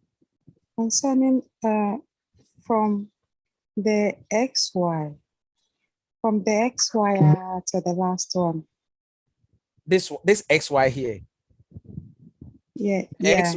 This XY here. Yes, XY. See, look at something here. Look, don't go. Be on the line. Okay. The formula. Okay. We are supposed to find XY here. So we created a column. Okay, to find the sum of XY. I hope you're with me. So to find the sum of XY, we need to find what XY is before we can add all of them together to get XY. So we know X to be 1 and we know Y to be 10. So we just do a multiplication. So 1 multiplied by 10 will give us 10. 2 multiplied by 18 will give us 36.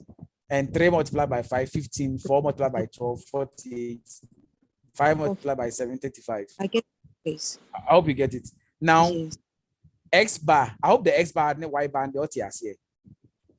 X bar and Y bar. I don't understand that. The X bar stands for the mean of X. When we talk about the mean of X, what we are saying is add all the X figures together, divided by the number of items. So 1 plus 2 plus 3 plus 4 plus 5, making it 15. Divided by 15 divided by 5, which is the number of period. 1, 2, 3, 4, 5. I hope you're with me. So that is how we got the X bar to be. So 15 divided by 5 will give us 3. Yeah, I understand that part too. Okay. Then Y bar 2 is adding all the Y values together and dividing it by 5, which is the number of periods. Okay. Is the mean. So that is how we also got the Y bar. Then X square is that find all the value of X and square it. So 1 square is 1, 2 square is 4, 3 square is 9, and on and on. So the sum of X square, is what we got. And what was the figure? My name figure crying, but I think we got 144.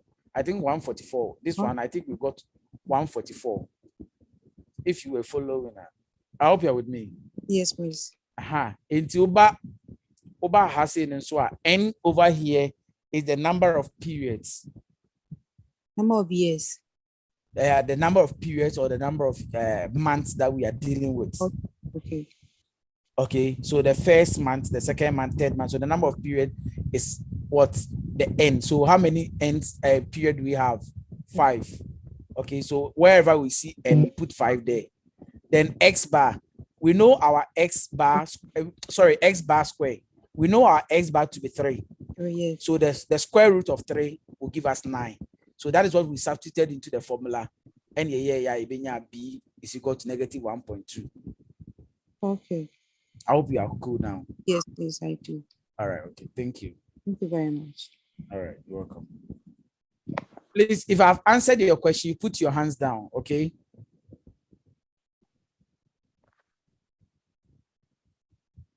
Harriet. Sir. I'm listening. So the last part, the y bar equals to 14 plus negative 1.2 into bracket 5. So why did we get 12? Because I'm not getting 12.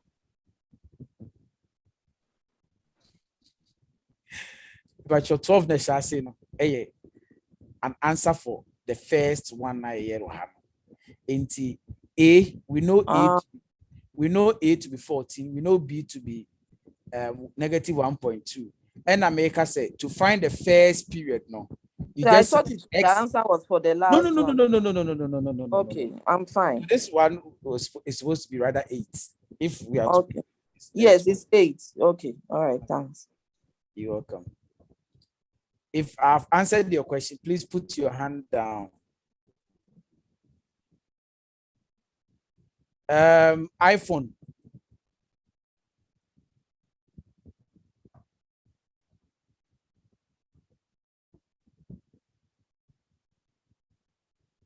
Oh, please unmute yourself and talk. Time cool. I've already asked my question. Oh, okay. Then please put your hands down so that I know. The last question, Sikena. The last question, and I give you my announcement and I'm gone. Hello, sir. Yeah, Sikena, let me hear you. Please, sir, is the a square? I don't understand. You said 1 square, 4 square. You square all of them. Before you sum. Before you sum them up. So we want to find x square, and we know x to be 1 here, x to be 2, x to be 3, x to be 4. So for the first period, x square, which is 1 square, will be 1. 2 square is 4. 3 square is 9. 4 square is 16. 5 square is 25. Okay. So you sum all of them. Yes, you sum all of them together. After you have gotten the squares, you sum all of them together. So we are trying to find the sum of x square. Okay. Okay. Thank you, sir.